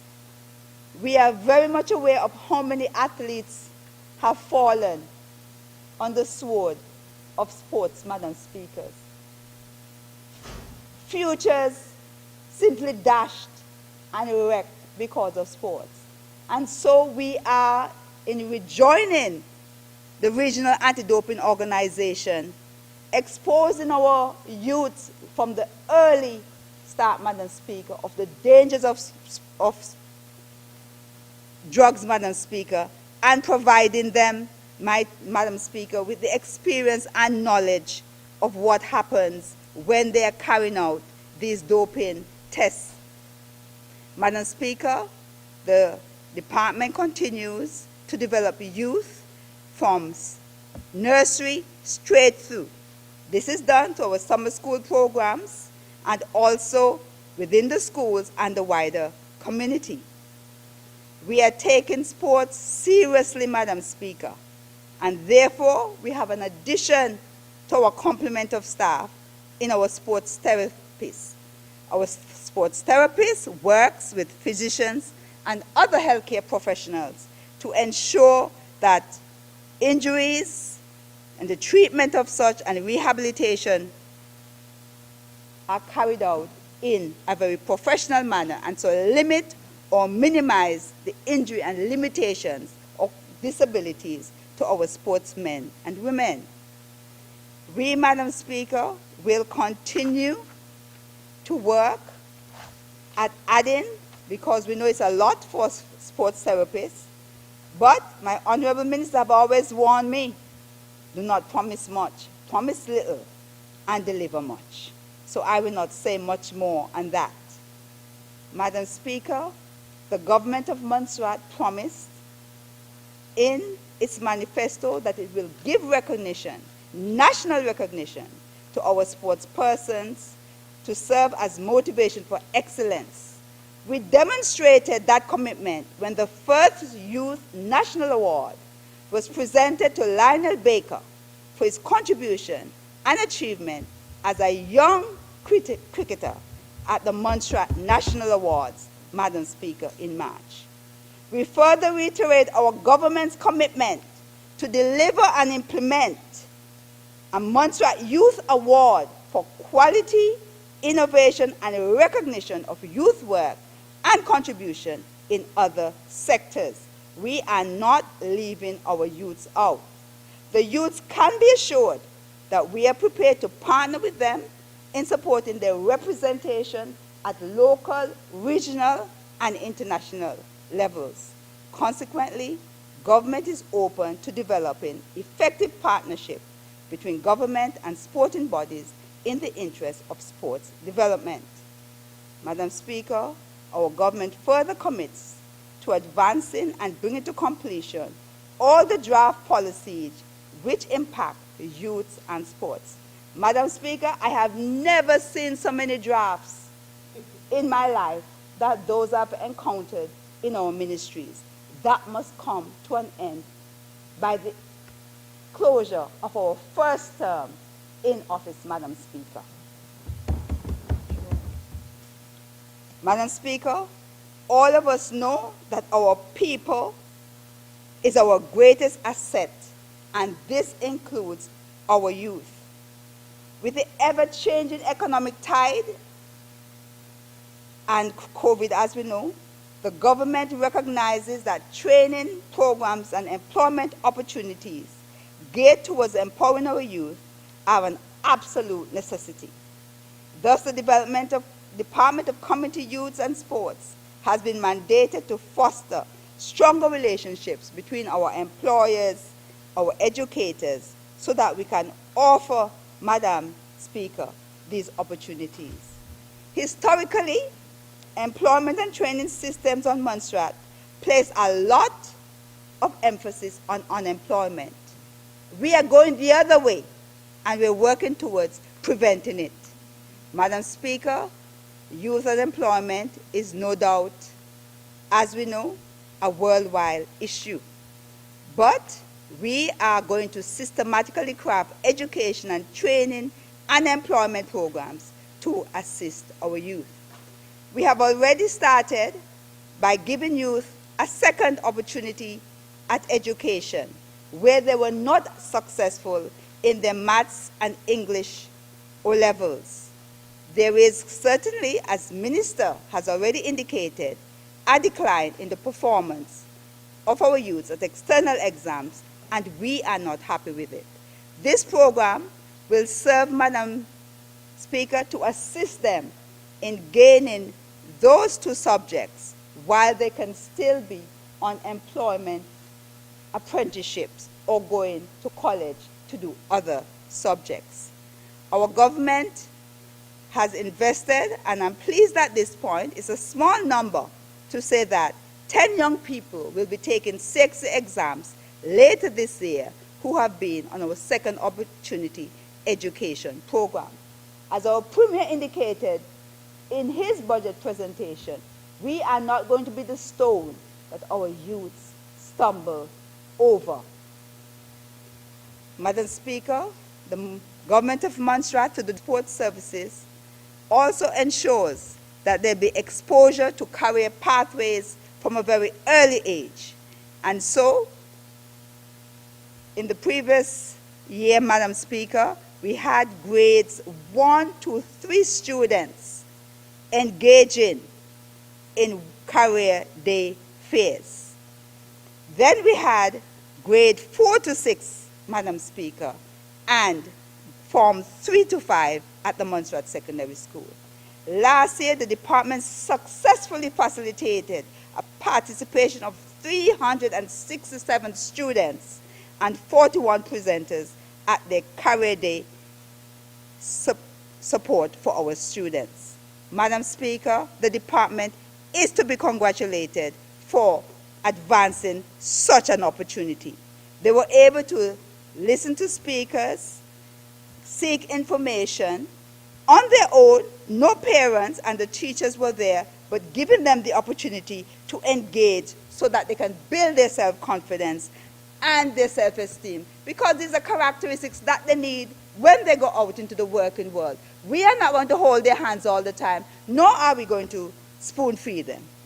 Madam Speaker, as the Honorable Minister pointed out, we are going to focus on academics because there must be a balance, but we are also going to expose our young people to other occupations.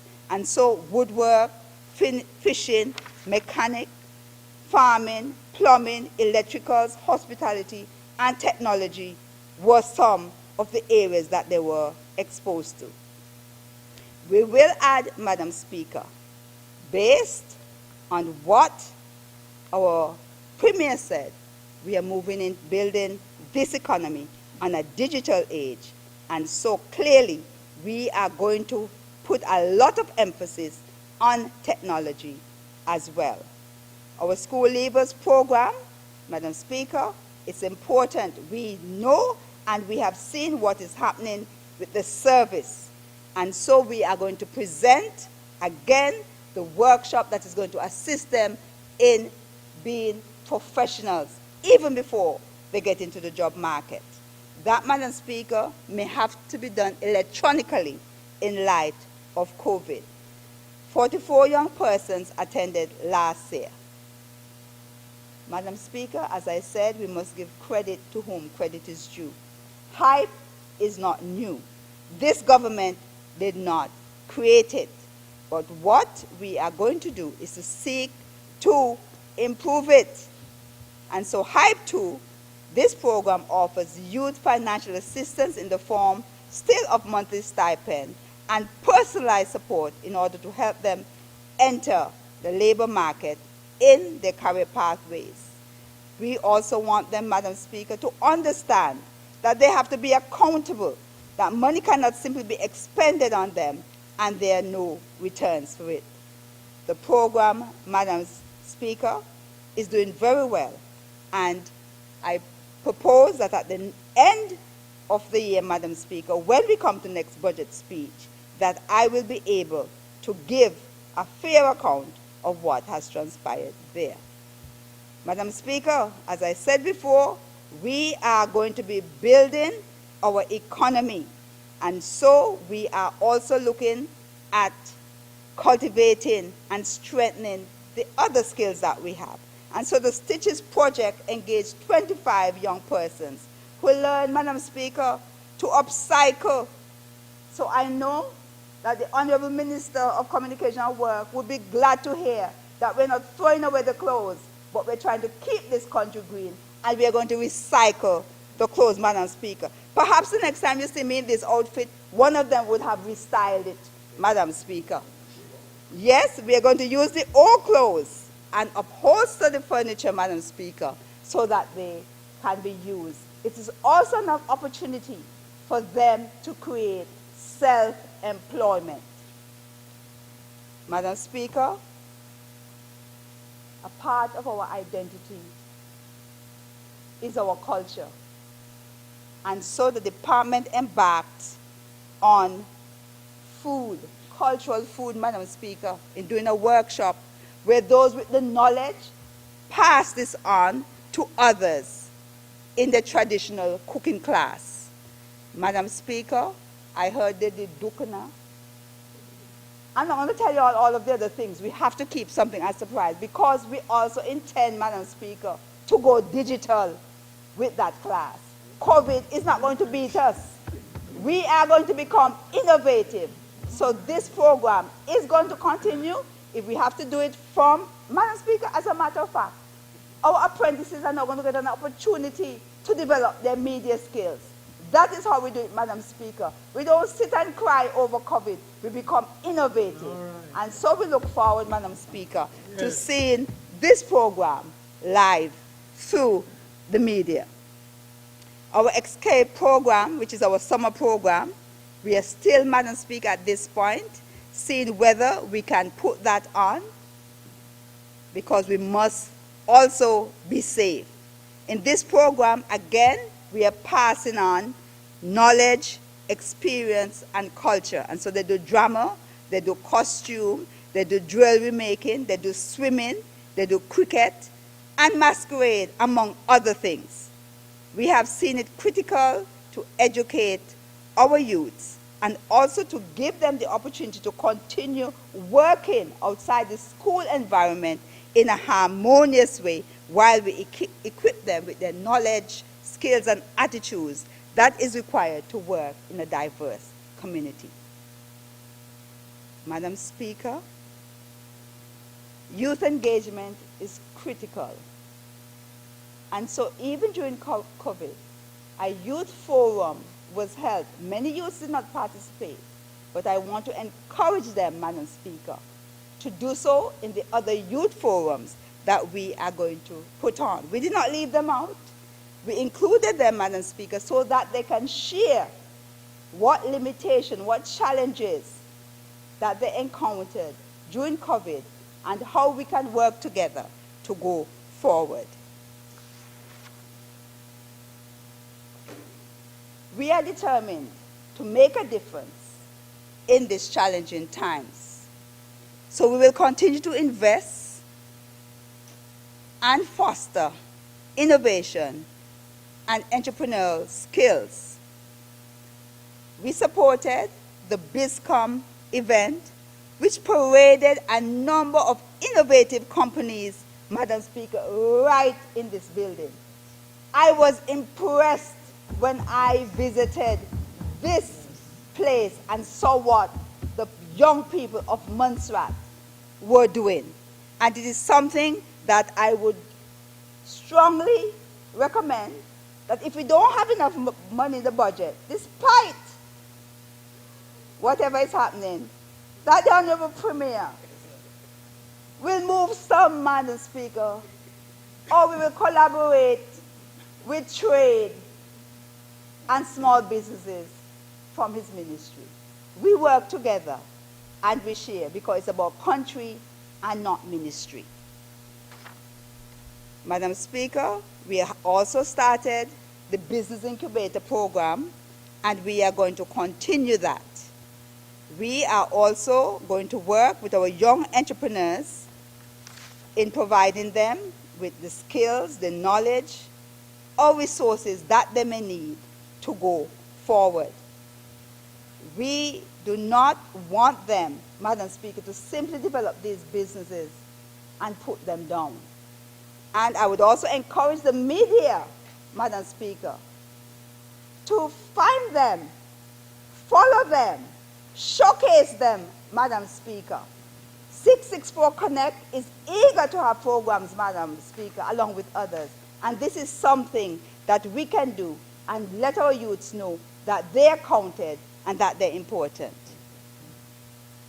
We are also going to develop a cadre of ambassadors for all of the sectors in Montserrat, preparing them to take the lead when the times come in the various sectors and as leaders, political leaders, Madam Speaker.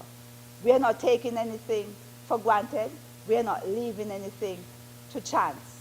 We must cultivate the skills, Madam Speaker. We must work with them, Madam Speaker, and let them not simply think you just jump up and become so-and-so and you will not represent us properly. So, Madam Speaker, if you know of any sectors that you would like a youth to work in, perhaps even with you in the legislature, please feel free to liaise with us and let us take this project forward.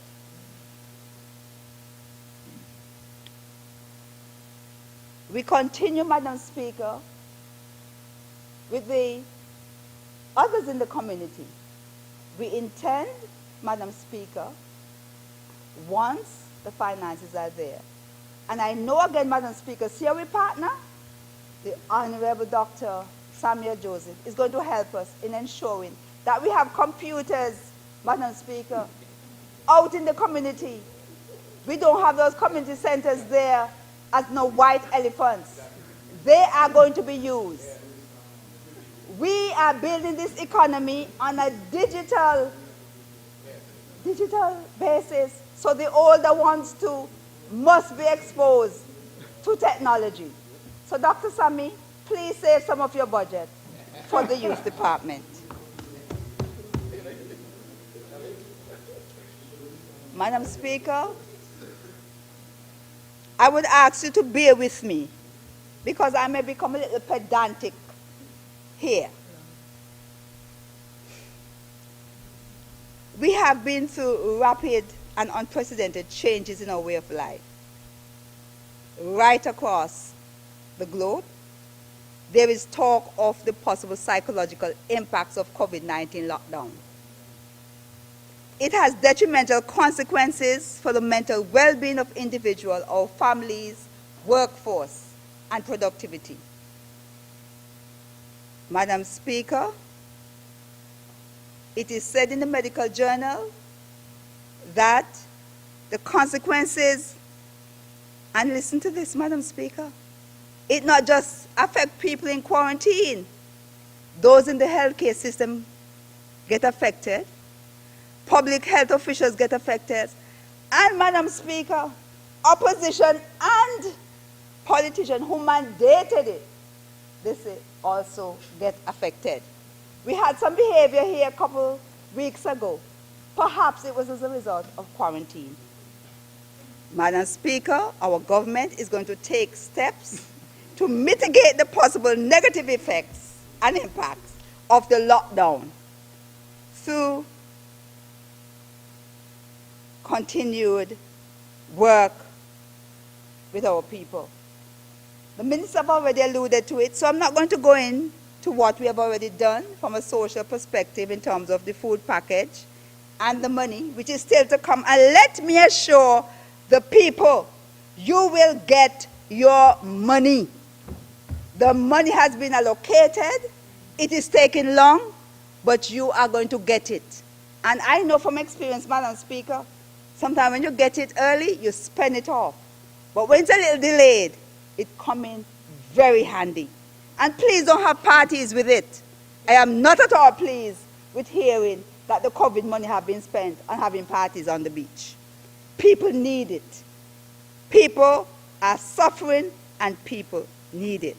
But Madam Speaker, back to the point of a lockdown and the restrictions that have happened.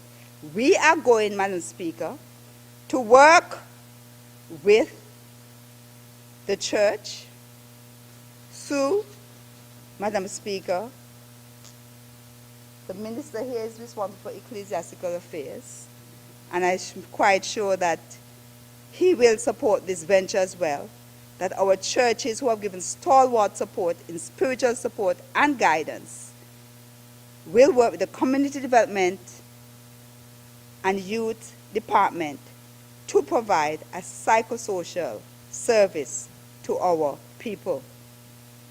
Madam Speaker, COVID has created an excellent opportunity for partnerships between the government of Montserrat and civil society in providing this much needed service. It is the intention of my ministry to bring hope to our people to the best means possible. We have done this before in hurricanes and during volcanic eruption. The 25th anniversary looms, Madam Speaker, not too far from now. And we have models, Madam Speaker, developed right here in Montserrat by our professionals and are now in use elsewhere. Why then, Madam Speaker, can we not refer back to these appropriate interventions that were used in those times? I wish to reflect particularly, Madam Speaker, on the contributions of Dr. Carol Chewitt, Dr. Joan Mead, and Dr. Clarice Barnes, whose work have had regional, Madam Speaker, and international acclaim. Montserrat is therefore privileged to have within its ranks these academics and professional capacity available to us, Madam Speaker, that we can draw on for advice and shaping the appropriate community-based intervention to lessen the impact of COVID-19. Madam Speaker, I cannot forget the contribution that have already gone forward by the Health Department and the Mental Health Unit, Madam Speaker, under Dr. Bamiselli, Madam Speaker, the health nurses, the mental health nurses, and the Red Cross. We will continue to work with them. Madam Speaker, like the Sankofa bird of Africa mythology, we see the need to return back to our past and pick up from there. And tried and tested, Madam Speaker, ways will be present in this program. Madam Speaker, we are successful containment of the spread of the coronavirus modeled thus far in this land, because many thought we were going to be decimated by corona, Madam Speaker. It is a clear indication of what we can achieve when we work together for the good of all. I want to reiterate, we must make a difference in these challenging times. We will not always get it right first time around, Madam Speaker, but we will still continue to work for excellence. Madam Speaker, the Ministry of Health and Social Services came under immense fire, but we are a work in progress, and I want to thank them publicly. I want to also thank, Madam Speaker, the Treasury, Madam Speaker, who have assisted us in our COVID financial program. Many do not know the long hours that were spent by these two departments. Madam Speaker, the Ministry of Health and Social Services can be considered the heart and soul of the government. And whenever we lose sight of this in favor of numbers and statistics, especially with our small population, we are in trouble. Our people matters, and we must demonstrate that we care about our people's health and well-being. This department, Madam Speaker, will continue to be a voice and a safeguarding agency addressing the needs and socio-economic challenges of our vulnerable persons, such as older persons, persons with disabilities, children and family, our probationers, our parolees in the society, empowering them to overcome their challenges. We do not intend to let them remain where they are. There must be some form of growth where that is possible. In spite of the economic forecast of gloom and doom, the climate of ABC. Madam Speaker, when I was going to school, I was reflecting the other day. Why did we say we were in ABC? Why did they always tell us, you in ABC, go back to ABC, don't come up here when you go up to the higher grades? Madam Speaker, it is because in some cases, although your platform to launch a forward has been formed, it was a place of accuse, blame, and complaint. Teacher, Dr. Sammy do this. Teacher, the Honorable Attorney General threw in my drink, blame. Teacher, so and so. Madam Speaker, it's accuse, blame, and complain. We need to move out of that climate in Montserrat. We're moving out of ABC, and we're moving to the highest standards, Madam Speaker. Yeah. The department, Madam Speaker, is behind our Honorable Premier, the Finance Minister, Mr. Easton Farrell Taylor. It took courage, boldness, faith in God, and hope to present the budget he presented, believing that together we can and together we will achieve. The budget allocation for the Department of Social Services amounts to $9,240,000. Again, Madam Speaker, for clarity, just allow me to point to a few things that this would be used on. We have here maintenance services, $346,500, Madam Speaker. Maintenance is not cheap. We have rental of assets, $32,000.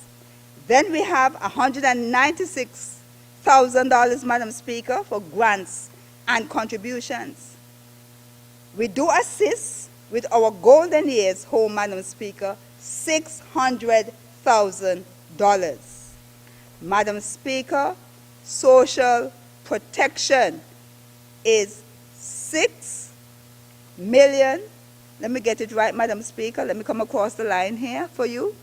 $4 million, Madam Speaker, $621,300, Madam Speaker. Madam Speaker, when we hear about money, we must understand that this money is to be spent on the services of and programs of the department. Hence why we want our people, we not come here just to talk, but some of them are not going to read this presentation, Madam Speaker, that we have called our revenue and expenditure booklet. So we want to point out to them how some of this is being spent. So please bear with me. Madam Speaker, this $9,240,000 is to undertake the mandate of empowering persons and providing appropriate social care to the most vulnerable persons, Madam Speaker, again through effective partnership. Let me say we could not do it by ourselves, and we cannot do it by ourselves. I therefore take this opportunity to express the government's profound thanks and appreciation to our partners, DFID, UNICEF, FCO, OECS, CARICOM, Red Cross, and local agencies and friends of the ministry for their invaluable contribution to the ministry in the several areas of child and family services, adult services, social protection, which we normally call welfare, and probation services. Madam Speaker, we look forward to continue the work with them, even with a change of name and structure, and strengthen our partnerships over the coming years. I would also like to highlight that there are many Montserratians and friends of Montserrat who contribute immensely to this ministry. And sometimes, Madam Speaker, in the past, they did not even receive a thank you. But it is not going to happen under my watch. We must say please and thank you. Back to basics, Madam Speaker. Madam Speaker, our various services provided, and I'm going to deal with child and family services to our children and families through different things, such as welfare assistance, protection plans, foster care arrangements, counseling, housing support, uniform and supplies, among other things. The child and family safeguarding agenda continues to be a critical element of the Department of Social Services mandate. It undertakes its work within a multi-sectoral framework in order to address the challenges that confront our vulnerable families and children. Madam Speaker, they collaborate with the Royal Montserrat Police Services, and let me say thank you to them, and health in managing sensitive cases, the staff of the Montserrat Secondary School and our primary schools in providing early help support to the schools and children identified as being in need. We intend, Madam Speaker, to undertake, in collaboration with the Ministry of Education, continued work in investigating cases of abuse or neglect. We will continue to inform and share, as we have done before, to our public presentations and discussions and radio programs.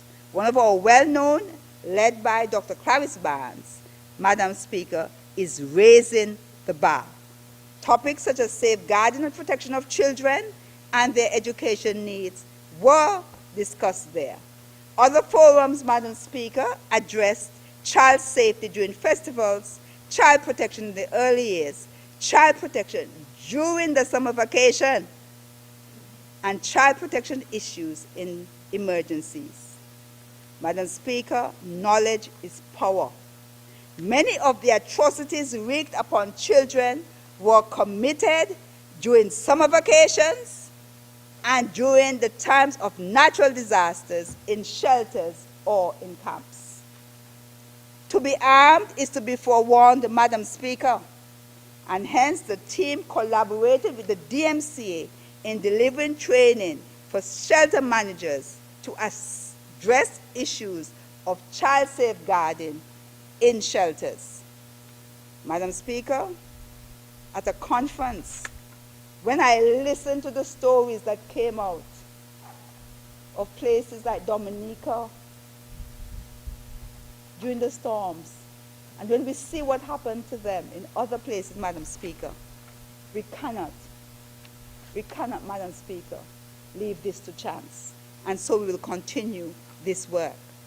We also sought to protect our children. Madam Speaker, this is still a challenge, through education by visiting the bars during the Christmas season, to ask bar owners to be vigilant and ensure that our children were not sold alcohol, and where possible, because they can't stop them from hanging out into the wee hours of the morning. Madam Speaker, the issue of children being at bars will continue to receive serious attention to the various safeguarding awareness programs. I am pleased, Madam Speaker, in the area of the court, to inform this Honorable House that there are plans afoot to creating and achieving best evidence interview room, which will allow for video link. This will allow, Madam Speaker, for evidence to be given in court. Madam Speaker, you know of whence I came. It is not easy to give evidence in court for an adult, much more than a child. I have seen grown men and grown women tremble, they cry, they bawl, they beg Madam Speaker not to come to court to give evidence. How much more a child? So, Madam Speaker, you would not be surprised when some persons take up their position in court. They come there, some of them, to intimidate witnesses and stop justice from being done. With the Achieving Best Evidence interview room, the child will not need to be present in court to give his or her evidence. The child can give their evidence by video link. It allows the child to give testimony to the court in a child-friendly environment, and justice can be done. Madam Speaker, many would not agree with me, but I would strongly recommend, having sat in court through rape trials, that this be done, Madam Speaker, when the virtual complainant has to give evidence. Or for Madam Speaker, it's like a second rape on the person. Madam Speaker, we will continue to build, complete the implementation of our Children and Care and Adoption Act regulations and the Child Justice Bill and Domestic Bill. Madam Speaker, the Domestic Violence Bill is geared at protecting all, men and women, boys and girls alike. Too often, once we hear domestic violence, we think it's only for the women. Madam Speaker, it is not so. The task of safeguarding is going to be an ongoing program which involves training for our professionals, lay persons in the community, public outreach campaigns to sensitize and combat abuse, neglect, and exploitation. To combat, Madam Speaker, the grooming of our young girls and boys. Madam Speaker, it cannot cease while we move towards building a healthy population. Madam Speaker, this is serious business. Children can be abused and they are abused. Men and women can be abused and they're abused. And Madam Speaker, let me make it clear, and the boys too, we are no longer going to turn a blind eye to this. Carrying on from there, Madam Speaker, since I'm on the gender topic, it is recognized that gender inequality is one of the greatest barriers to human development. Developing a gender framework and strategy for Montserrat. This is not to marginalize men. This is not to punish men or put men aside. Madam Speaker, I remember the days when the Honorable former Minister, Madam Speaker is writing, but I'm still going to refer to him, Paul Lewis, used to assist me in carrying my rifle when I was in the Cadet Corps. And he had another friend to Madam Speaker. And so it was, I'm accustomed to working with men, not fighting against men. And Madam Speaker, I have to fight with these ones here, you know. But they also treat me very well. And when they get out of line, Madam Speaker, you know what happens. I back my jacket for them, Madam Speaker. Because it's not them alone wearing any jacket. And if my don't have a tie, my scarf will work, Madam Speaker. So whatever they have, I have. It is recognized, I said, Madam Speaker, back to the topic, that we are indeed not about punishing men. And I want to make that very clear. We must examine our actions, our socialization, our history, our system, our policies, which affect both men and women, and address these and the negative impacts and their effects. Madam Speaker, prior to taking office in November, even before I got into government, I was working with the men. I collaborated with the same Community Development and Social Services Department in holding International Men's Day in November 2019, celebrating men. We had some keen interest in the topics, and we had men from different stratas of our society. They were particularly interested, Madam Speaker, with the men's health, which was the last session on a Friday afternoon. Madam Speaker, that session went for an extended period, way beyond the 4 o'clock deadline, because men were interested in what happened to them with their health and what happened to their families. So, Madam Speaker, I must also let this Honorable House know that we at that event saluted our sanitation engineers from Diamond Services. We're not marginalizing anybody, Madam Speaker. Everybody is important. Mr. Ivan Howe, Mr. Emmanuel Bieber Greenway, and Mr. Amon Brown, both men and women. Madam Speaker, I crave your indulgence as I move on to the adult services provided by the department. Lest we forget, Madam Speaker, older persons and persons with disability have made social, cultural, political, and economic contribution to society, and they continue to make their contribution. As the draft policy for older persons fitly puts it, Madam Speaker, older persons have been the cornerstones to the development of our country. It is part of the future that they have prepared for forthcoming generations.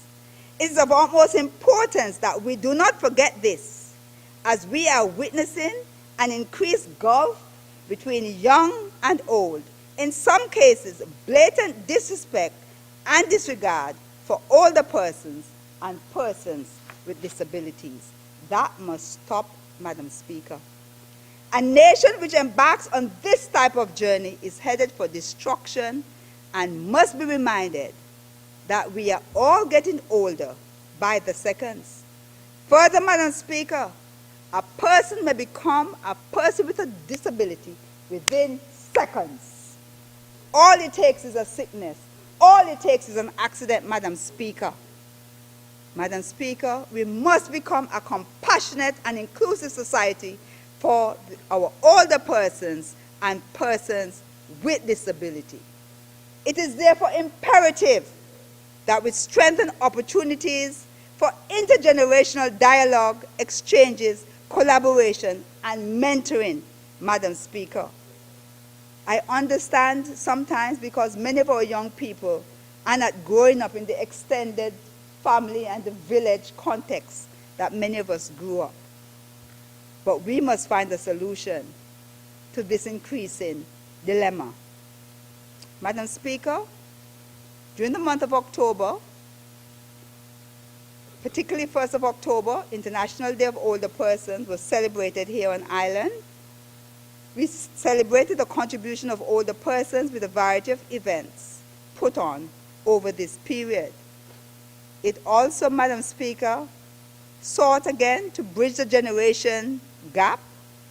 And so we want to thank the young entrepreneurs who gave some of the older persons gifts from their skills and expertise, massage, foot care. They had bingo and karaoke, Madam Speaker. You could imagine seeing them doing those dances and singing. We had visits to Plymouth and the Woodland Beach, domino sessions, Madam Speaker. The Evergreen senior citizens with whom we work did craft sessions. They had an open day and visitors from Magnuson Memorial Home and Golden Years, respectively. Dance exercise, Madam Speaker, and taster exercise classes were held and secured increased numbers as the month progressed. Our older persons wish to be active. Madam Speaker, I am pleased to report that many of these activities do form part of the regular monthly activities and are not relegated to just the month of October. We have continuing efforts, Madam Speaker, to improve the quality of life of the residents of the lookout ward and supported apartments through a number of training opportunities. Their health is very important, so there was training in insulin and diabetes, infection control, social activities for the residents, Madam Speaker, continue to be arranged. Madam Speaker, coming soon to our lookout community center, we're not yet at the clinic, as was promised, but we're getting there, we're preparing, is a medical health clinic with health professionals facilitating services such as diabetes clinic, nutrition clinic, hypertensive clinic, and food care. The department, Madam Speaker, believes in healthy living for the aging population, and so it introduced Move It or Lose It. This is an exercise session for residents at the lookout warden-supported apartments, and we will continue to build on this, Madam Speaker, across Montserrat at other venues and where older persons reside. We also plan to bring it through the radio so that many can participate in their homes. Further support to the vulnerable adults, older persons, and persons with disability is provided by the physiotherapists. Madam Speaker, we will increase efforts to access assistive equipment for older persons and persons with a disability.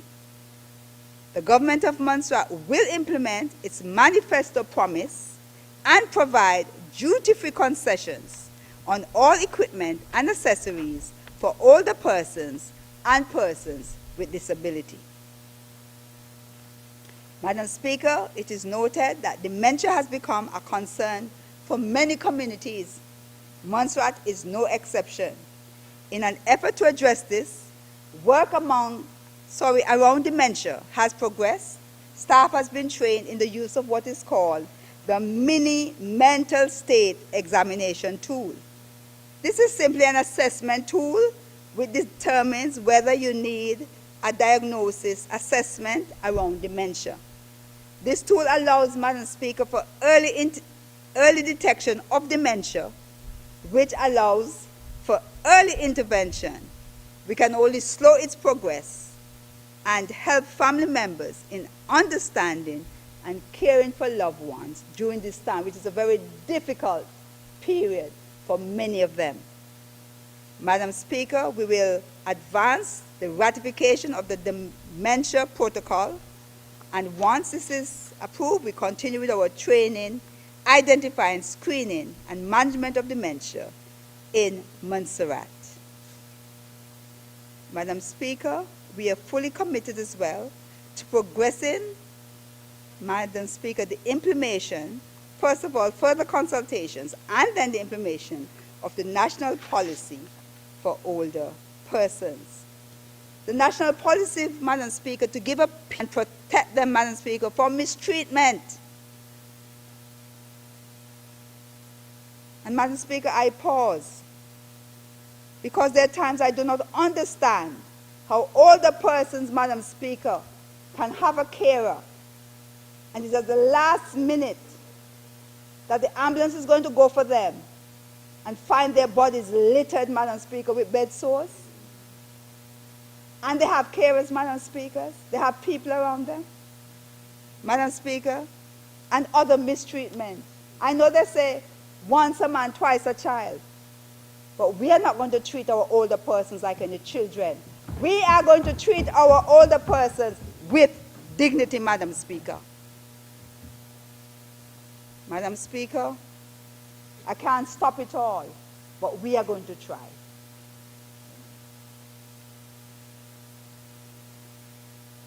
We have not forgotten, Madam Speaker, that sometimes, had it not been for the Lord, we would have said, there goes I. Prison is not under us, but prison also need help, Madam Speaker, with counseling support for the prisoners and also those who have to work with them. There are many persons in our prison, Madam Speaker, who should not be in that environment, but should be in another environment where they can get the help that they need. Madam Speaker, we are not responsible for them, but we shall speak for them. Yes, say that I sent them there. Madam Speaker, if they had to go there, they have to go there. I have a country to protect. I have a people to protect. And law and order and respect for the rule of law must abound in this land of Montserrat. So I'm not coming to you and anybody said, oh, suddenly she's interested in prisoners. Madam Speaker, sometimes we protect them and resting them there for a little while. I recall a story, Madam Speaker, where a mother, a magistrate, remanded a prisoner. Well, not a prisoner, because it's a remandee. And the mother fought and got a lawyer, Madam Speaker, to come and take out that person. They did not pass, Madam Speaker. I don't want that to happen in Montserrat. The gates of the prison. She had a dead son on her hands. Sometimes we protect our babies when we put them in cribs, and we have to correct them, Madam Speaker. So I am not here to pretend, as some would say, since when she concerned about a prisoner, when she was up in court, resting them there. I am now in another role, and I'm going to continue to look out for their rights, as I did when I sat on the bench. Madam Speaker, we have our probation and parole service, and we continue to work with them. We provide support and rehabilitation services as required, and we continue to facilitate timely presentence reports and parole reports to the court and parole board, respectively. We will continue, Madam Speaker, to assess the risks, monitor and supervise our probationers and parolees, put in place care plans to address their various needs, and ensure that probationers, parolees, and the community are safe. We will develop and introduce preventative and rehabilitation programs to assist them in not or reducing reoffending. And Madam Speaker, again, the Probation Act also needs revised, and we will quite a lot of work to do, Madam Speaker, so we're not saying that we will get all of this done in 1 year, but we have 5 years and more years to come after that, Madam Speaker. Madam Speaker, a very sensitive, charged area of our social services, of our social and welfare protection service. The Social Services Department continues to help the disadvantaged sectors of our population. Our social protection budget of $4,291,300 was used to provide assistance and support to those in need of this type of assistance. Over the past year, Madam Speaker, 102 vulnerable households or persons benefited from monthly financial assistance. Others got rental assistance. We had, as the Honorable Minister pointed out, spent considerable sum, $1,643,000 plus on medical bills. We provide school lunches, bus fares, uniforms, and school supplies, and we provide for our children in our foster care program. Madam Speaker, another 110 persons were assisted with what we call one-off or safety net help through food packages, utilities payments, purchase of appliances, beds, stoves, refrigerator, furniture, and other persons were assisted with funeral grants. Madam Speaker, this list is not exhaustive. Contrary to some who believe that nothing is done to address the vulnerable among us, Madam Speaker, we do help and we do care. Clearly, Madam Speaker, there is need to improve the services that we offer. And, Madam Speaker, One of the things that we need is social housing to accommodate families in crisis, and we do have deportees and returnees living among us. Madam Speaker, sometimes even our parolees require housing. It is therefore, and again, Madam Speaker, you see the partnership? Minister Buffon is not excluded, Madam Speaker. So we'll be working with his ministry in the Housing Department, Land and Development Authority, to increase the range of housing assistance available to Montserrat. Madam Speaker, I did not promise we are going to build any houses right away. When the Honorable Buffon comes, he will tell you of the project that is currently undertaken. We have to study things, plan properly, Madam Speaker. But I am saying there is a need. There is also a need, Madam Speaker, because I am not going to forget what I saw on the campaign trail, that the houses in Davy Hill and the houses in Lookout, Madam Speaker, they need some assistance over there with repairs. Madam Speaker, I am not pleased when I see bucket and bad pan inside some of their houses to catch water. But remember, Minister said, you have to help yourself, and we will seek to help you. Madam Speaker, let me make it abundantly clear that a system which takes care of all the needs of its citizens will destroy the desire of the people to achieve and succeed. We need a population, Madam Speaker, that is working in the best interest of the country and their future. We cannot allow Montserrat to become a welfare state. And I know some people would want that, Madam Speaker. But in my view, Madam Speaker, this is a major retardation and also would foster underdevelopment of our people and our country by extension. Indeed, as a government and people, we must create jobs. We must teach each other to fish. Not even for boats, Madam Speaker, should this mindset be sold. Madam Speaker, I lived in England, and I engaged with many persons, Madam Speaker, who had so much potential. But, Madam Speaker, they got hooked into the benefit system.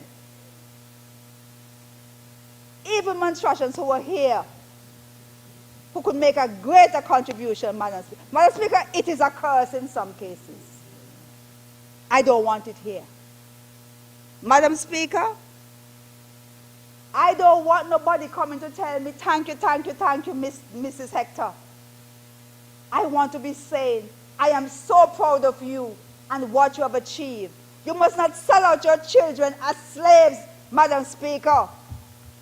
Some of us, Madam Speaker, want people to come bowing down. You remember, it's me help your mother. Remember, Madam Speaker, it's not going to happen. It did not happen to Petty's daughter, and Petty's daughter is not going to allow it to happen to anybody's son and daughter. We are here as a government to support, and we will not advance building a welfare state. Correct me if I'm wrong, but we must remember, some of us want to portray MCAP as this hard government, but it was the same MCAP government, if I'm wrong, correct me, that increased the social welfare payment. And it has not been increased since. And this MCAP government is willing to partner with the opposition to see what we can do if, Madam Speaker, we can help to increase it. Madam Speaker, pensions again, that is a subject by itself. And many complain it is inadequate. And Madam Speaker, I want to say, because we need to inform our people that pensioners who get less than $900, Madam Speaker, receive a top-up from the government. But, Madam Speaker, that top-up is not automatic. It is not like this time with the COVID money, where we're not going to check into your bank account. Madam Speaker, it is means tested. So when they go into the bank account and you have lots of money sitting down there, Madam Speaker, you think you must put up your money and government turn and support you? Madam Speaker, incorrect can be correct. And so, Madam Speaker, when some people are crying that they're getting no help, it is not because the government do not want to help them, but they can help themselves. I don't know. The Honourable Minister would have to tell me. The Lord help those who help themselves. I don't know if there's a scripture for it, but I've been hearing that since I was growing up. We must, as a people, Madam Speaker, take responsibility for all aspects of our lives, physical, financial, and emotional well-being, to build our future. Madam Speaker, persons receive free medical care, which is not cheap. As you heard, they receive rental assistance, the furniture and appliances, Madam Speaker. So, Madam Speaker, sometimes by the time you add up all that they get within a month, it is much more than $900.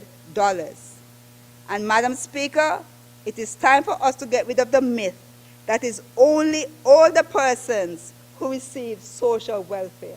That is not correct. There are younger persons, Madam Speaker, who are working and they receive some form of assistance from social welfare. I recognize, Madam Speaker, the cost of living, as we all know, have risen over the years and is expected to rise. And there is need, Madam Speaker, for review of the social welfare package in line with clear safety net policy, which will include a public welfare assistance program, such as medicals, food packages, appliances, and funeral grants. Madam Speaker, when it is issued, it has to be issued in line with a policy, or we're going to have people complaining they're discriminated against.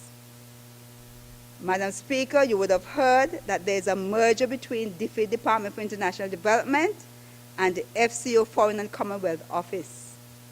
Madam Speaker, the struggle may increase as Mr. Boris Johnson has warned that there is no cash machine in the sky when it comes to aid.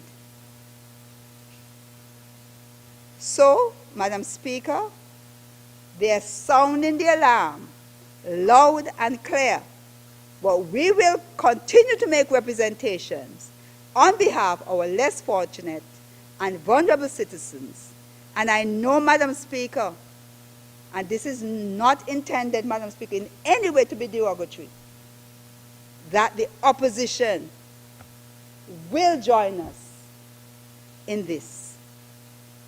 Madam Speaker, please permit me, again, no disrespect meant, but I'm wondering, Madam Speaker, whether the monies that were not spent for Her Majesty's birthday celebration can be distributed among her vulnerable, loyal subjects, especially the children of Montserrat, Madam Speaker, so we can assist with uniforms and school supplies or whatever other needs, Madam Speaker, that may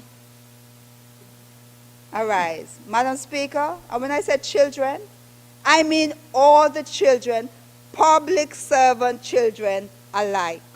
Madam Speaker, they too need little assistance, and no child, Madam Speaker, should be left behind. Madam Speaker, I'm coming to a close, and thank you for indulging me. COVID-19 has literally turned our world upside down. Madam Speaker, more than upside down, actually. It brought it to a stop. This world that thought it couldn't stand still. Borders closed, curfews, quarantine, business folding, unemployment skyrocketing, loss of lives, confusion, and uncertainty. And Madam Speaker, not one missile was fired. Building and molding a nation in these unprecedented and challenging times is an enormous responsibility for any leader, any government, and the government of Montserrat is no exception It requires vision, boldness, courage, wisdom, and action. Madam Speaker, unprecedented action in some cases. It is not a time for pleasing people and engaging in election gimmicks. It is time to be fearless, prudent, to make tough decisions. But in all, we must demonstrate, Madam Speaker, that we care about our people, our country, and its future.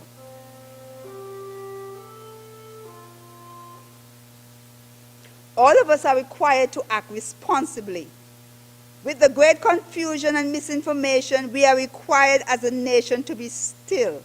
Go placidly, as the minister says, among the noise. Think and analyze. Analyze the voices and ask what is their agenda. How you respond will make a difference. It is time for us to cooperate and collaborate. This is not a time for inciting division.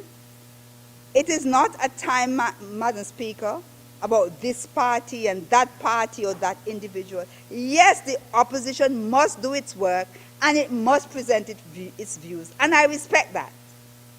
Madam Speaker, it is a time to focus on the people and continue the work of building the country. The former Honorable Minister for Education, Mrs. Delmond Ryan, likened Montserrat to a construction site which requires all hands on deck. I agree with her completely. It is some months short of 25 years since volcanic eruption, and Madam Speaker, we are still building. It is a critical time, Madam Speaker, when the nation is being molded. And when we speak of the nation, Madam Speaker, we are speaking also of the mindset of the people. The mindset that we nurture now is what will take us into the future. Who we are as a people, and the Honorable Minister has laid that out, that journey for us. Who we are as a people. Who are we going to be after COVID-19? After 5 years, after 25 years plus on? What are we passing on to the next generation? Madam Speaker, as I said before, are we going to be an ABC people, accuse, blame, and complain? Or are we going to allow our creative, innovative spirit to soar, become a solution-oriented people? Madam Speaker, we must keep our vision in mind. It is written, we have not yet achieved all the milestones in our Sustainable Development Plan. The Bible says to write the vision. Even though it tarries, wait, it will come to pass. A healthy and wholesome Montserrat founded upon a modern, thriving economy with a friendly, vibrant community in which all our people, Madam Speaker, through enterprise and initiative, can fulfill their hopes in a truly democratic and God-fearing society. I reiterate, Madam Speaker, we cannot just go like a ship without a rudder. We must know that which anchors us. Our motto which tells us that we are a people of excellence, Madam Speaker, molded by nature and we're nurtured by God. COVID or no COVID, we will not lose sight of these. We will plan, we'll work our plan, we'll cooperate, and we'll collaborate so that we can achieve and prosper. Madam Speaker, we have already demonstrated this is a government that, despite COVID-19, continued to advance its project. It did not sit around and do nothing. We will rebuild the morale of our public servants. A government is as strong, Madam Speaker, as its private sector and its public sector. We must demonstrate that we value them and that the contribution they make. We are called upon to apply the same ethical principles of integrity, transparency, impartiality, and accountability, Madam Speaker, when dealing with them. Madam Speaker, those of us who lead must lead by example. There is no place, Madam Speaker, in this land for friendism. nepotism, enemism, personal vendettas. They must not be named within our service. We must deal with people fairly. Madam Speaker, we must create opportunities for education and training as we continue to prepare our people to be the world citizens that they are. Please don't tell me that this is Montserrat. In fact, Madam Speaker, what some are saying is Montserrat was never Montserrat in the beginning. I don't know which Montserrat they're talking about. I will reiterate, Madam Speaker, as I've done before, that we're going to live local, but we're going to think global, and we're going to act global. We will restore pride and dignity to Montserrat and Montserratians. Madam Speaker, I too join with our Premier and echo the Macedonian call of the Premier and reach out to each public servant, each business leader, each worker, each parent, student, youth, prospective investor or investor, Montserratians at home and abroad, and those who have come to live and work among us. Join us in this march. Join us in seeking unparalleled opportunities and taking advantage of them. Join us at being brave, courageous, big and bold in building a Montserrat we can all be proud of. Join us in building the foundation of our next century. We will continue, Madam Speaker, to believe in ourselves. And yes, Madam Speaker, we will continue to have our faith and hope in God. And together we can, and we will face this future with hope. We have overcome challenges before, and we will overcome those that confront us, Madam Speaker. Housing, lands, and the environment.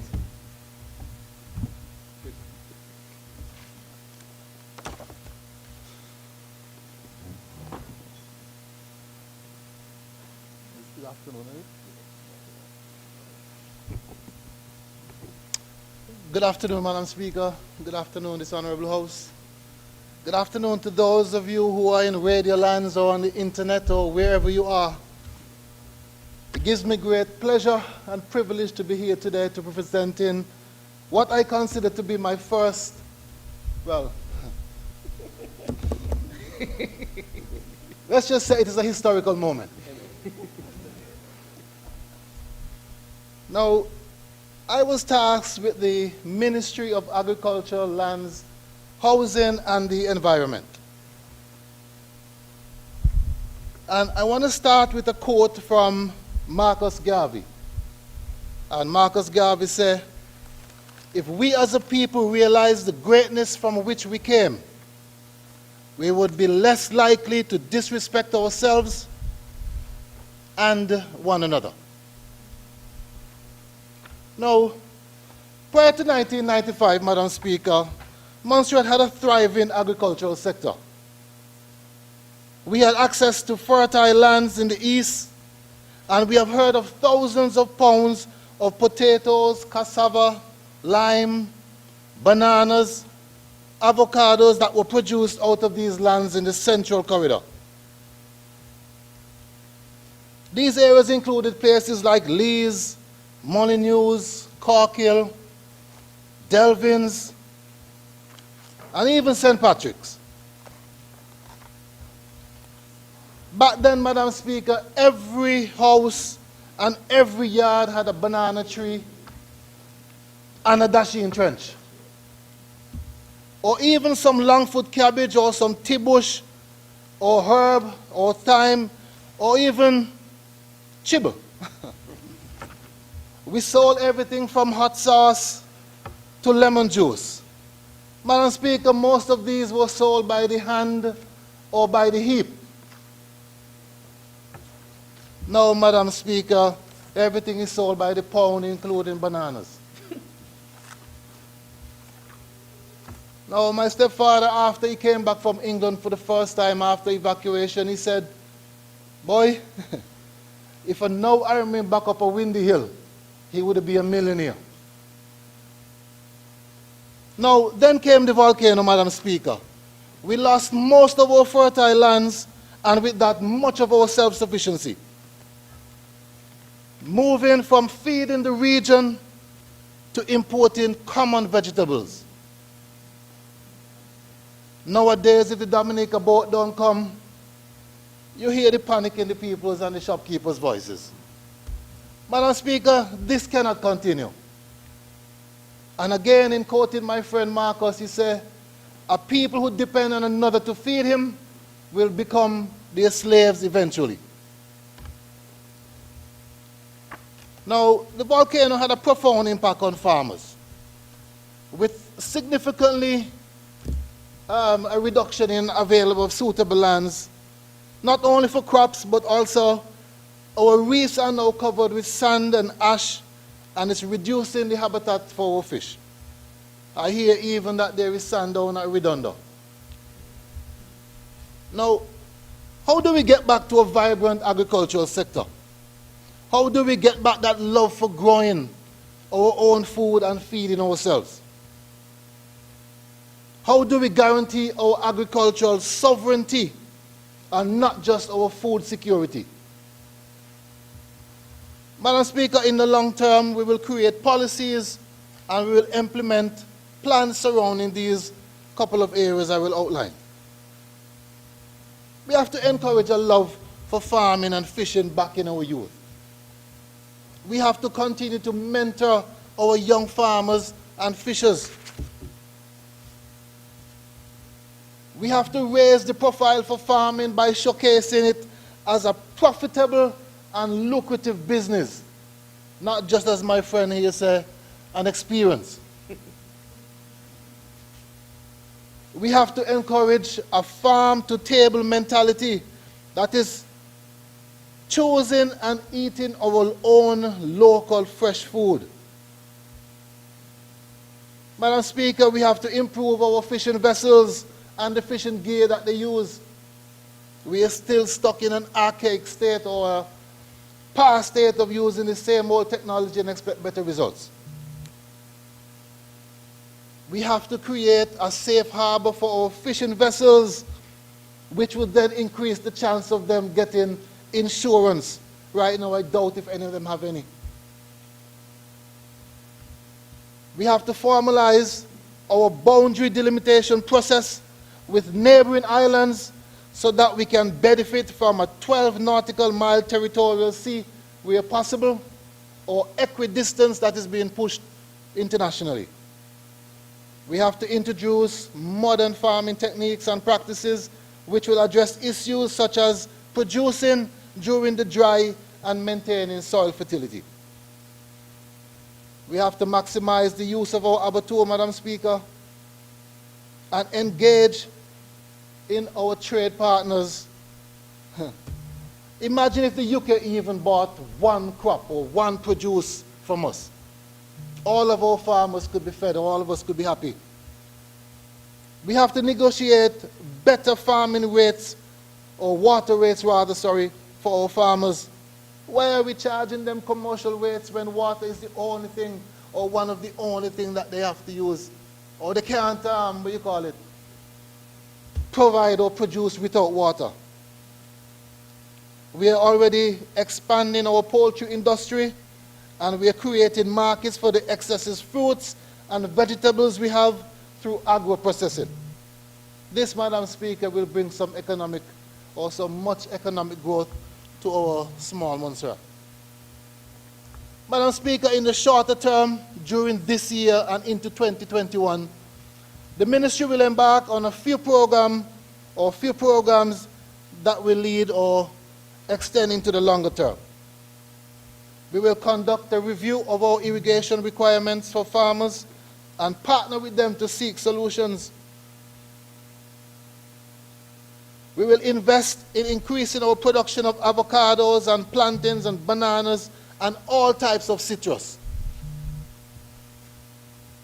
Now, Madam Speaker, I am encouraged by the fact that 3 farmers last year or into this year were able to collaborate and generate approximately 15,000 pounds of onions, which resulted in 3 months free of importing onions. Mind you, 3 months is not much, but is a start.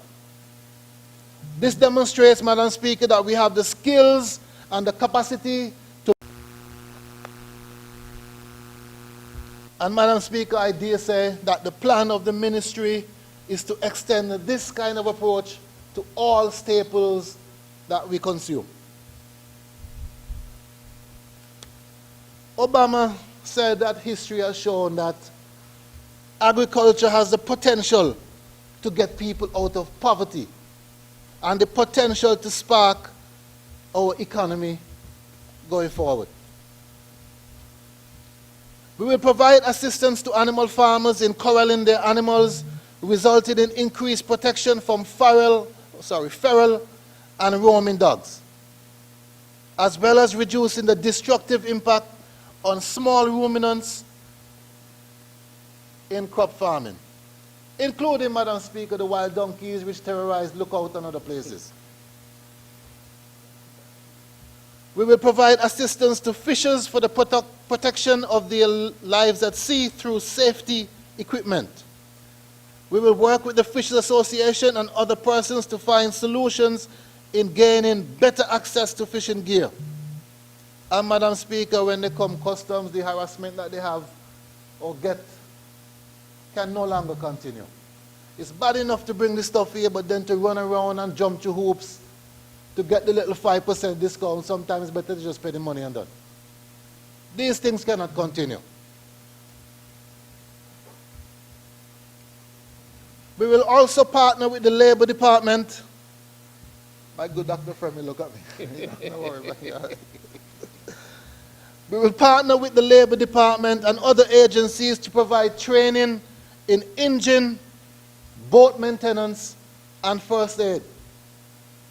I lost an investment some time ago. And if I had a little training, maybe it wouldn't have happened. Short story, the boat came ashore and we lost the investment. We will continue to seek to improve our meat production by upgrading our livestock through breeding techniques. Our veterinary division have already implemented an artificial inseminating program, and this is geared at improving the genetic composition of our local small ruminants, including pigs, goats, etc. Approximately 30 animals will be conditioned to participate in this initiative. In other words, then they're not coming to train us, Madam Speaker, but it will be on a live demonstration where we can see the results in the short or near future afterwards. Madam Speaker, I am pleased to report here today that our aquaponics demonstration system is now complete, and we are doing demonstrations of the benefit and capabilities of such backyard systems as an additional fish protein and a ready supply of vegetables such as pak choy, spinach, kale, and lettuce. We will increase training and outreach services within the schools to improve the existing agricultural school programs. Madam Speaker, we are not just planning. My ministry has already hit the ground running in 2020. Again, my friend Marcus, he said, men that are in earnest fear no consequence.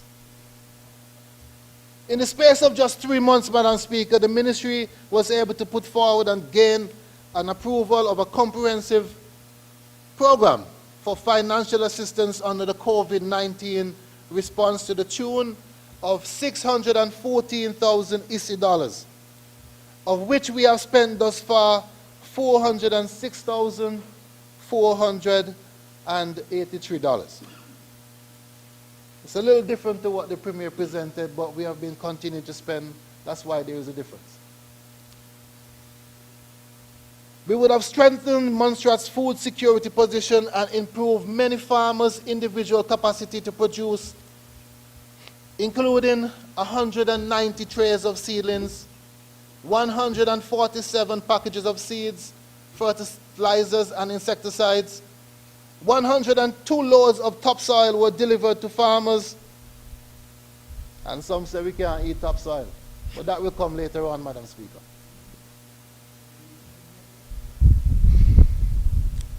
"27 farmers are benefiting from getting their hoop houses repaired to the value of $1,600 each. And we have provided a total of 80 container boxes for backyard gardening. 92 farmers have already started to receive direct cash support for labor." Madam Speaker, labor is one of the hardest challenges a farmer can face. Even the weakest worker wants $150 or more per day, Madam Speaker. So we have included as a support for labor and land preparation to the tune of $1,000 and $2,000 under various options. Madam Speaker, in recognizing that irrigation is critical to farming, my ministry has already secured irrigation systems that these tanks have been made available to farmers free of cost, Madam Speaker. We have not left the tanks empty. We have already partnered with the Ministry of Communications, Works and Labor in having these tanks and the new tanks as well as the ones before to be filled at least twice at our cost. Madam Speaker, we are working as a government together. And let me say here thanks to Dr. Sammy and his team, all the guys down there who are making this possible. It's not to say it's not my ministry, go check the other one. But we are working together as a team. Before these initiatives were rolled out, my ministry delivered packages of seeds and fertilizers to a total of 150 households. And in responding to yet another call, Madam Speaker, we made available topsoil through a number of communities. Madam Speaker, I can report here today that persons have expressed their deep appreciation for this and have asked for this to continue. Topsoil went like hot bread, Madam Speaker. It was there in the morning, and when you pass back in the afternoon, it's gone.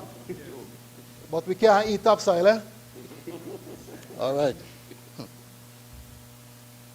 Needless to say, I can report here today that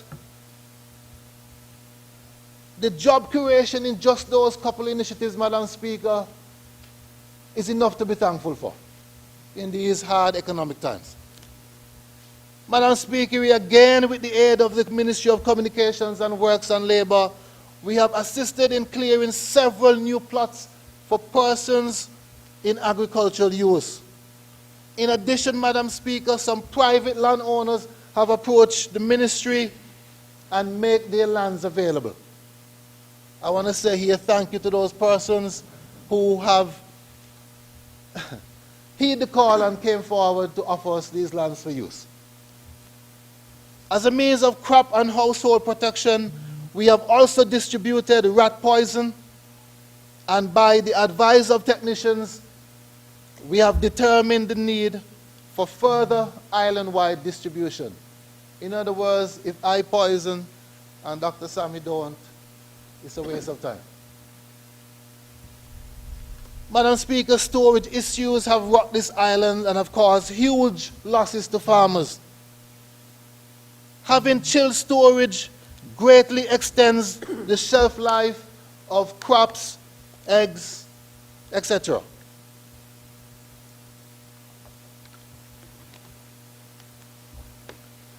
Madam Speaker, this was identified as critical. I am pleased to report that funds were secured for 2 container reefers and a smaller chiller which have been ordered and on their way to Montserrat to assist in this regard. Madam Speaker, this is a government of action. They tell me all the time I cannot please anyone or everyone, but I dare say it is my duty, Madam Speaker, to try.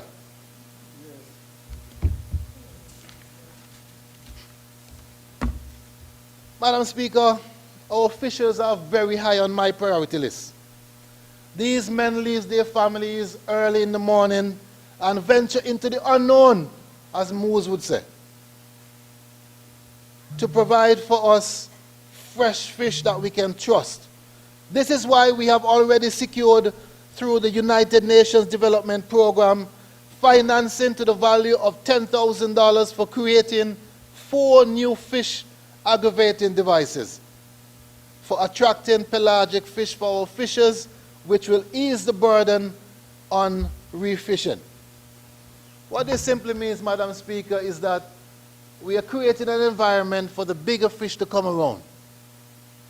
Fishes like tuna and marlin and wahoo and these species where one fish could bring thousands of dollars just by size and quality alone. We have already had formal engagements with them and have identified key areas requiring attention with matching strategies to address them. In other words, Madam Speaker, it's one thing to say what somebody wants, but when you hear it from them, you're better able to serve. To demonstrate that our assistance is tangible and not just talk, my ministry provided, or will be providing this week as a matter of fact, 38 rows of fish pot wire to all fishers utilizing fish pots. Madam Speaker, my ministry has already catered to some of the needs of the animal and crop farmers in their plea for protection and containment of their animals. We have provided 90 rolls of fencing wire at approximately 1/3 of the cost of the product. And while some might say, why are we charging? Madam Speaker, you instill a sense of pride, a sense of worth, and a sense of responsibility when you have a vested interest in the item which you have received. No matter how small your interest is. We will continue to assist our animal farmers in the coming weeks with grain feed to the value of $35,000, Madam Speaker. On the funding we have secured from the United Nations Development Program. Let me just pause here to say thank you to the UNDP and their team in this regard. Madam Speaker, we have seen significant progress in our poultry production, and in recent years to the extent that we are now self-sufficient in egg production, Madam Speaker. We must therefore support our egg producers. And insisting them, we have already assisted them with transportation of baby chicks to Montserrat and have provided chicken feed. Madam Speaker, a shipment of egg boxes to the value of $33,000 have been ordered, which will assist all egg producers on islands. And this, Madam Speaker, again, is free of cost. I dare say, Madam Speaker, and to those listening, farmers, please offer some sort of a reduction or something. Let the public feel what the government has done, Madam Speaker. Ask them to bring back the egg boxes and give them $1 off or something, Madam Speaker. Within our agro-processing unit, emphasis will be placed on ensuring the quality and standards for cottage production. I have a young lady in my ministry, I will not call her name, but she's so passionate sometimes that when she speaks, you swear she's going to cry. And we will support her. Thank you, sir. Definitely. Our standards are very important to us. To demonstrate our seriousness here, we have already secured with our United Nations program partners funding to the tune of $36,000 for the purchasing and process, for the purchasing of a food processor and a vacuum packaging machine, Madam Speaker. This simply means that we can extend the life of these products. Why are we buying mixed vegetable bags from California and all these other places when we can grow it here? Madam Speaker, in the medium term, we will also be carried out a priority piece of agricultural legislation to include the review of regulatory, sanitary, and phytosanitary measures, the animal trespass and pound legislation, the licensing and control of dogs, I know, Miss Edgy, we have not spoke about that, but we expect to get that up and running at some point. We can't have dogs to continue to terrorize people. The Fisheries Legislation and Oceans Act, which is geared at guiding the implementation of Marine Spatial Plan, will also be made legislation very shortly. Now, under land and housing, Madam Speaker, Montserrat has been in a rebuilding mode for the last 20 plus years. Again, as a result of the volcanic crisis, we have had to leave our homes and lands that we used to occupy, which created an overwhelming need for families and individuals to be rehoused. In a recent census, Madam Speaker, I don't even know if I want to say this here on the public here, but the facts are the facts. In a recent census, Madam Speaker, it was revealed that 58 households were living without indoor bathroom facilities and toilets. Very sad. Still is. This, Madam Speaker, is unacceptable. And this has to change.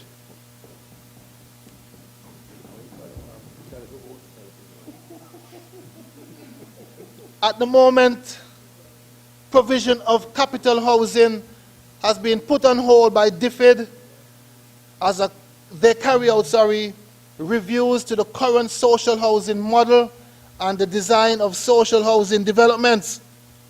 I don't want to say it's because of what happened in Davie Hill. But it is the case and we have to live with it.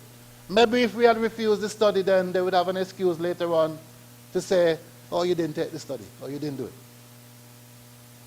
As a result, Madam Speaker, sad to say, there are no funds available for public or social housing. The tendering process for these reviews is still ongoing, and this work will last several months. Critical to the advancement of the housing sector is the availability of service lots, Madam Speaker. Over this coming year, the government will review the sites which have been identified for upscale and low-income development in Davie Hill, Lookout, Drummonds. And this is with a view towards the possibility of clearing and allocating these lands for future expansion and development. The opening up, Madam Speaker, of an access road between Drummonds and Lookout will open more options up for lands and housing, and much needed emergency exit road. This idea of one way in and one way out cannot continue. This is important for the future development of Montserrat, and similarly, the aim is to join Little Bay with Drummonds by another access road. Madam Speaker, Montserrat is littered seemingly with abandoned houses, buildings, and structures all over. These must be repaired and put into use where possible. If our people are to return home, Madam Speaker, every effort must be made to enable them. Now, the British government has stated that there are no cash machines in the sky, as my good friend Sister Dorset said earlier. Nor do they have white elephants in England.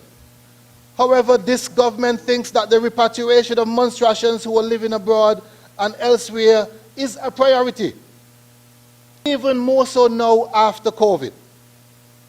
This move back home should be a priority also to the British government. And I dare say a logical step would be to make available the funds that are needed to assist in fixing these housing or houses to which our people can return. Madam Speaker, financing the housing sector continues to be our biggest hurdle. This government is therefore exploring public-private partnerships, both foreign and domestic. Anyone who is interested in building houses in Montserrat, and these will be made available for rent or sale. This will not only provide the much needed housing, but will also increase the economic activity on the island.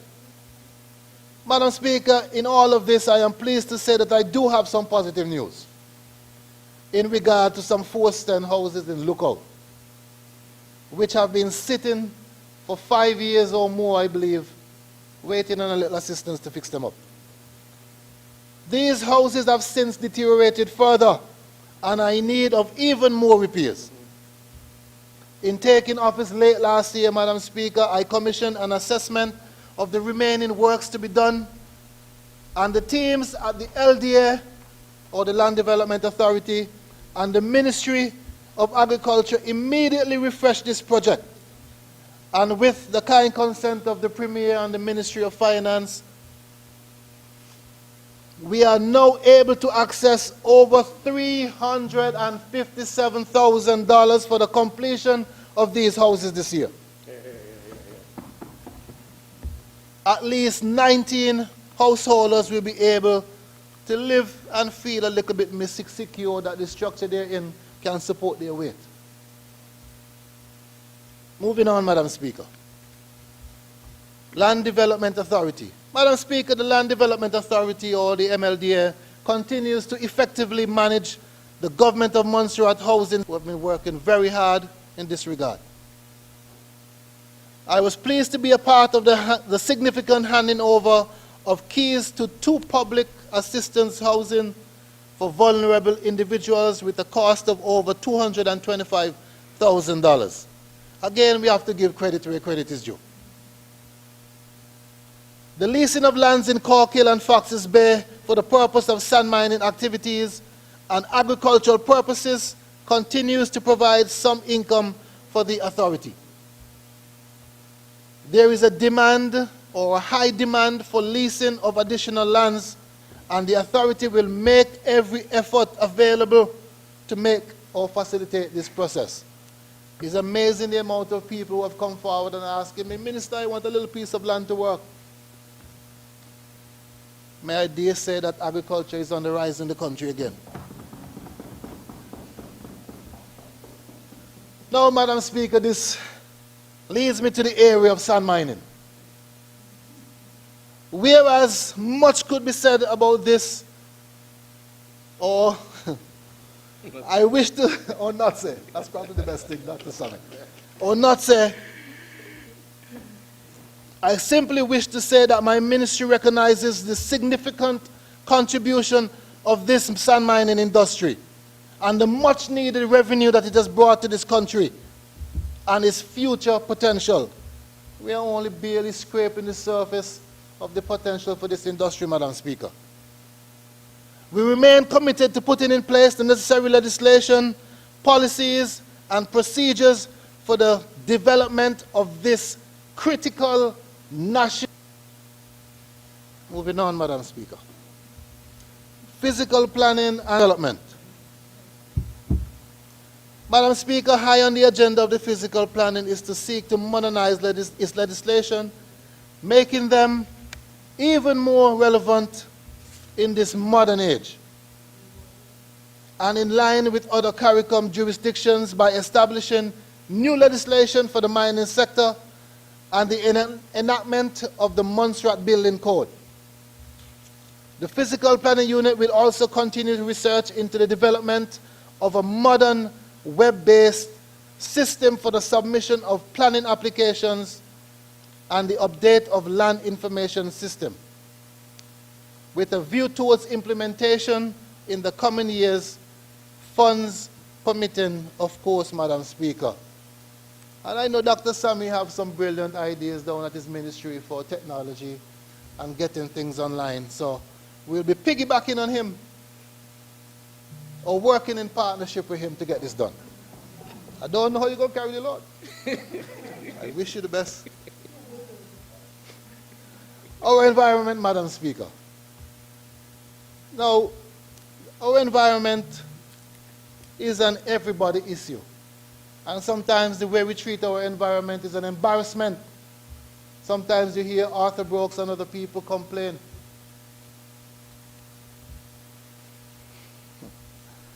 Anyway, logistics for the restoration of Bellum and the wetlands project were finalized. The Royal Society for the Protection of Birds, or the RSPB, held a number of discussions with our local stakeholders, including government representatives, landowners, and miners. They were largely successful in laying out the vision for the Bellum Valley. This plan surrounds the rehabilitation of the area and will continue to work with the Montserrat National Trust on this very rise in our islands. Consistent monitoring of the Montserrat mountain chicken population was revealed that the absence of the chytrid fungus, and among the population they are showing signs of weight gain and are in good health. Madam Speaker, I am proud to report here that the National Tree Planting Day event was held last year, resulting in over 1,000 fruit trees and ornamental plants being sold to the general public. The response from the public, particularly for the citrus plants, was remarkable. As a consequence for this demand, the ministry prioritized further funding for the securing of a larger number of citrus plants to be sold to the general public later this year. Madam Speaker, the department continues to work with the UK Non-Native Species Secretariat, along with its stakeholders such as customs and environmental health, to construct and review a biosecurity bill for Montserrat. A session led by the OECS on climate change was also done, where key areas of the climate change policy were discussed and updated. Madam Speaker, this government is committed to our environment. Therefore, this year we will push for the finalization of 6 regulations for the Conservation and Environment Management Act. We will seek clear policy decisions on climate change. We need to know what is fact and what is fiction, Madam Speaker. Conventions on international trade in endangered species and single-use plastic ban is also on the table. We will also seek to implement a green space program across the island, where we will see the planting of native trees and introduce new tree species in selected areas. We will increase the propagation of trees such as citrus, again, and avocado. We will encourage the planting of mahogany trees, as we have one of the best quality varieties in the region. It will take about 15 to 25 years to reap the benefit of this, but the Japanese said the best time to plant a tree was 20 years ago. So we have to start now, Madam Speaker. We will also execute the 21st annual bird survey, and we will facilitate at least one island cleanup campaign to improve our environment.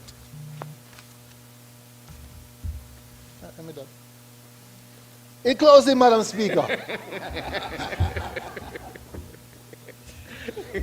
I stand here committed to the cause of improving, protecting, and developing a strong, thriving Ministry of Agriculture, Lands, Housing, and the Environment.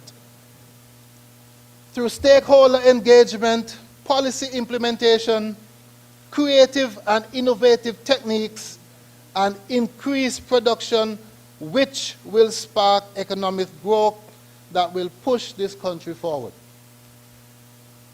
We will also properly manage our resources to the support and the appropriate usage of lands, natural resources, and the provision of affordable housing opportunities.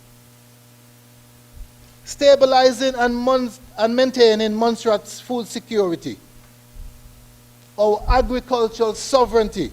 And note here, I did not say agricultural security. Agricultural sovereignty simply means because you're a Montserratian, you should eat Montserratian grown foods. Yeah. If you want to choose something else, that is your delicacy, and you choose it at your free will.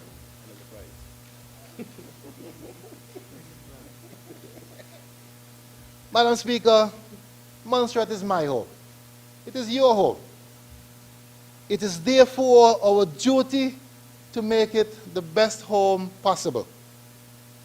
Together, as a people, we must make this our priority. Madam Speaker, I thank you.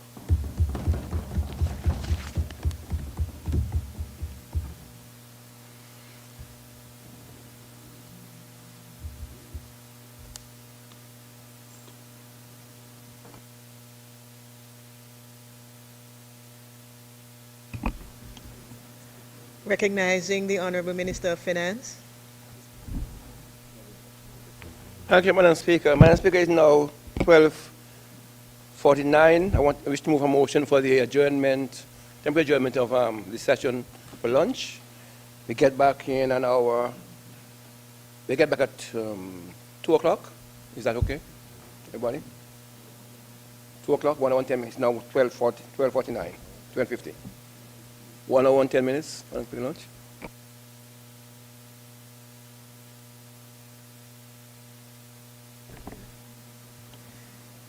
Recognize the Honorable Minister with responsibility for communication, works and labor. Madam Speaker, I rise to second the motion for adjournment of this House for lunch until 2 o'clock. 2:15, good? 2:15? 2:15? For 2:15. 2:15, that's fine. We're going late, so yeah, right. And so, honorable members, you have before you the motion for the adjournment of this honorable House until 2:15 sharp. Members in favor, could you please say aye? Those against, no. And since the ayes have it, this honorable House now stands adjourned until 2:15.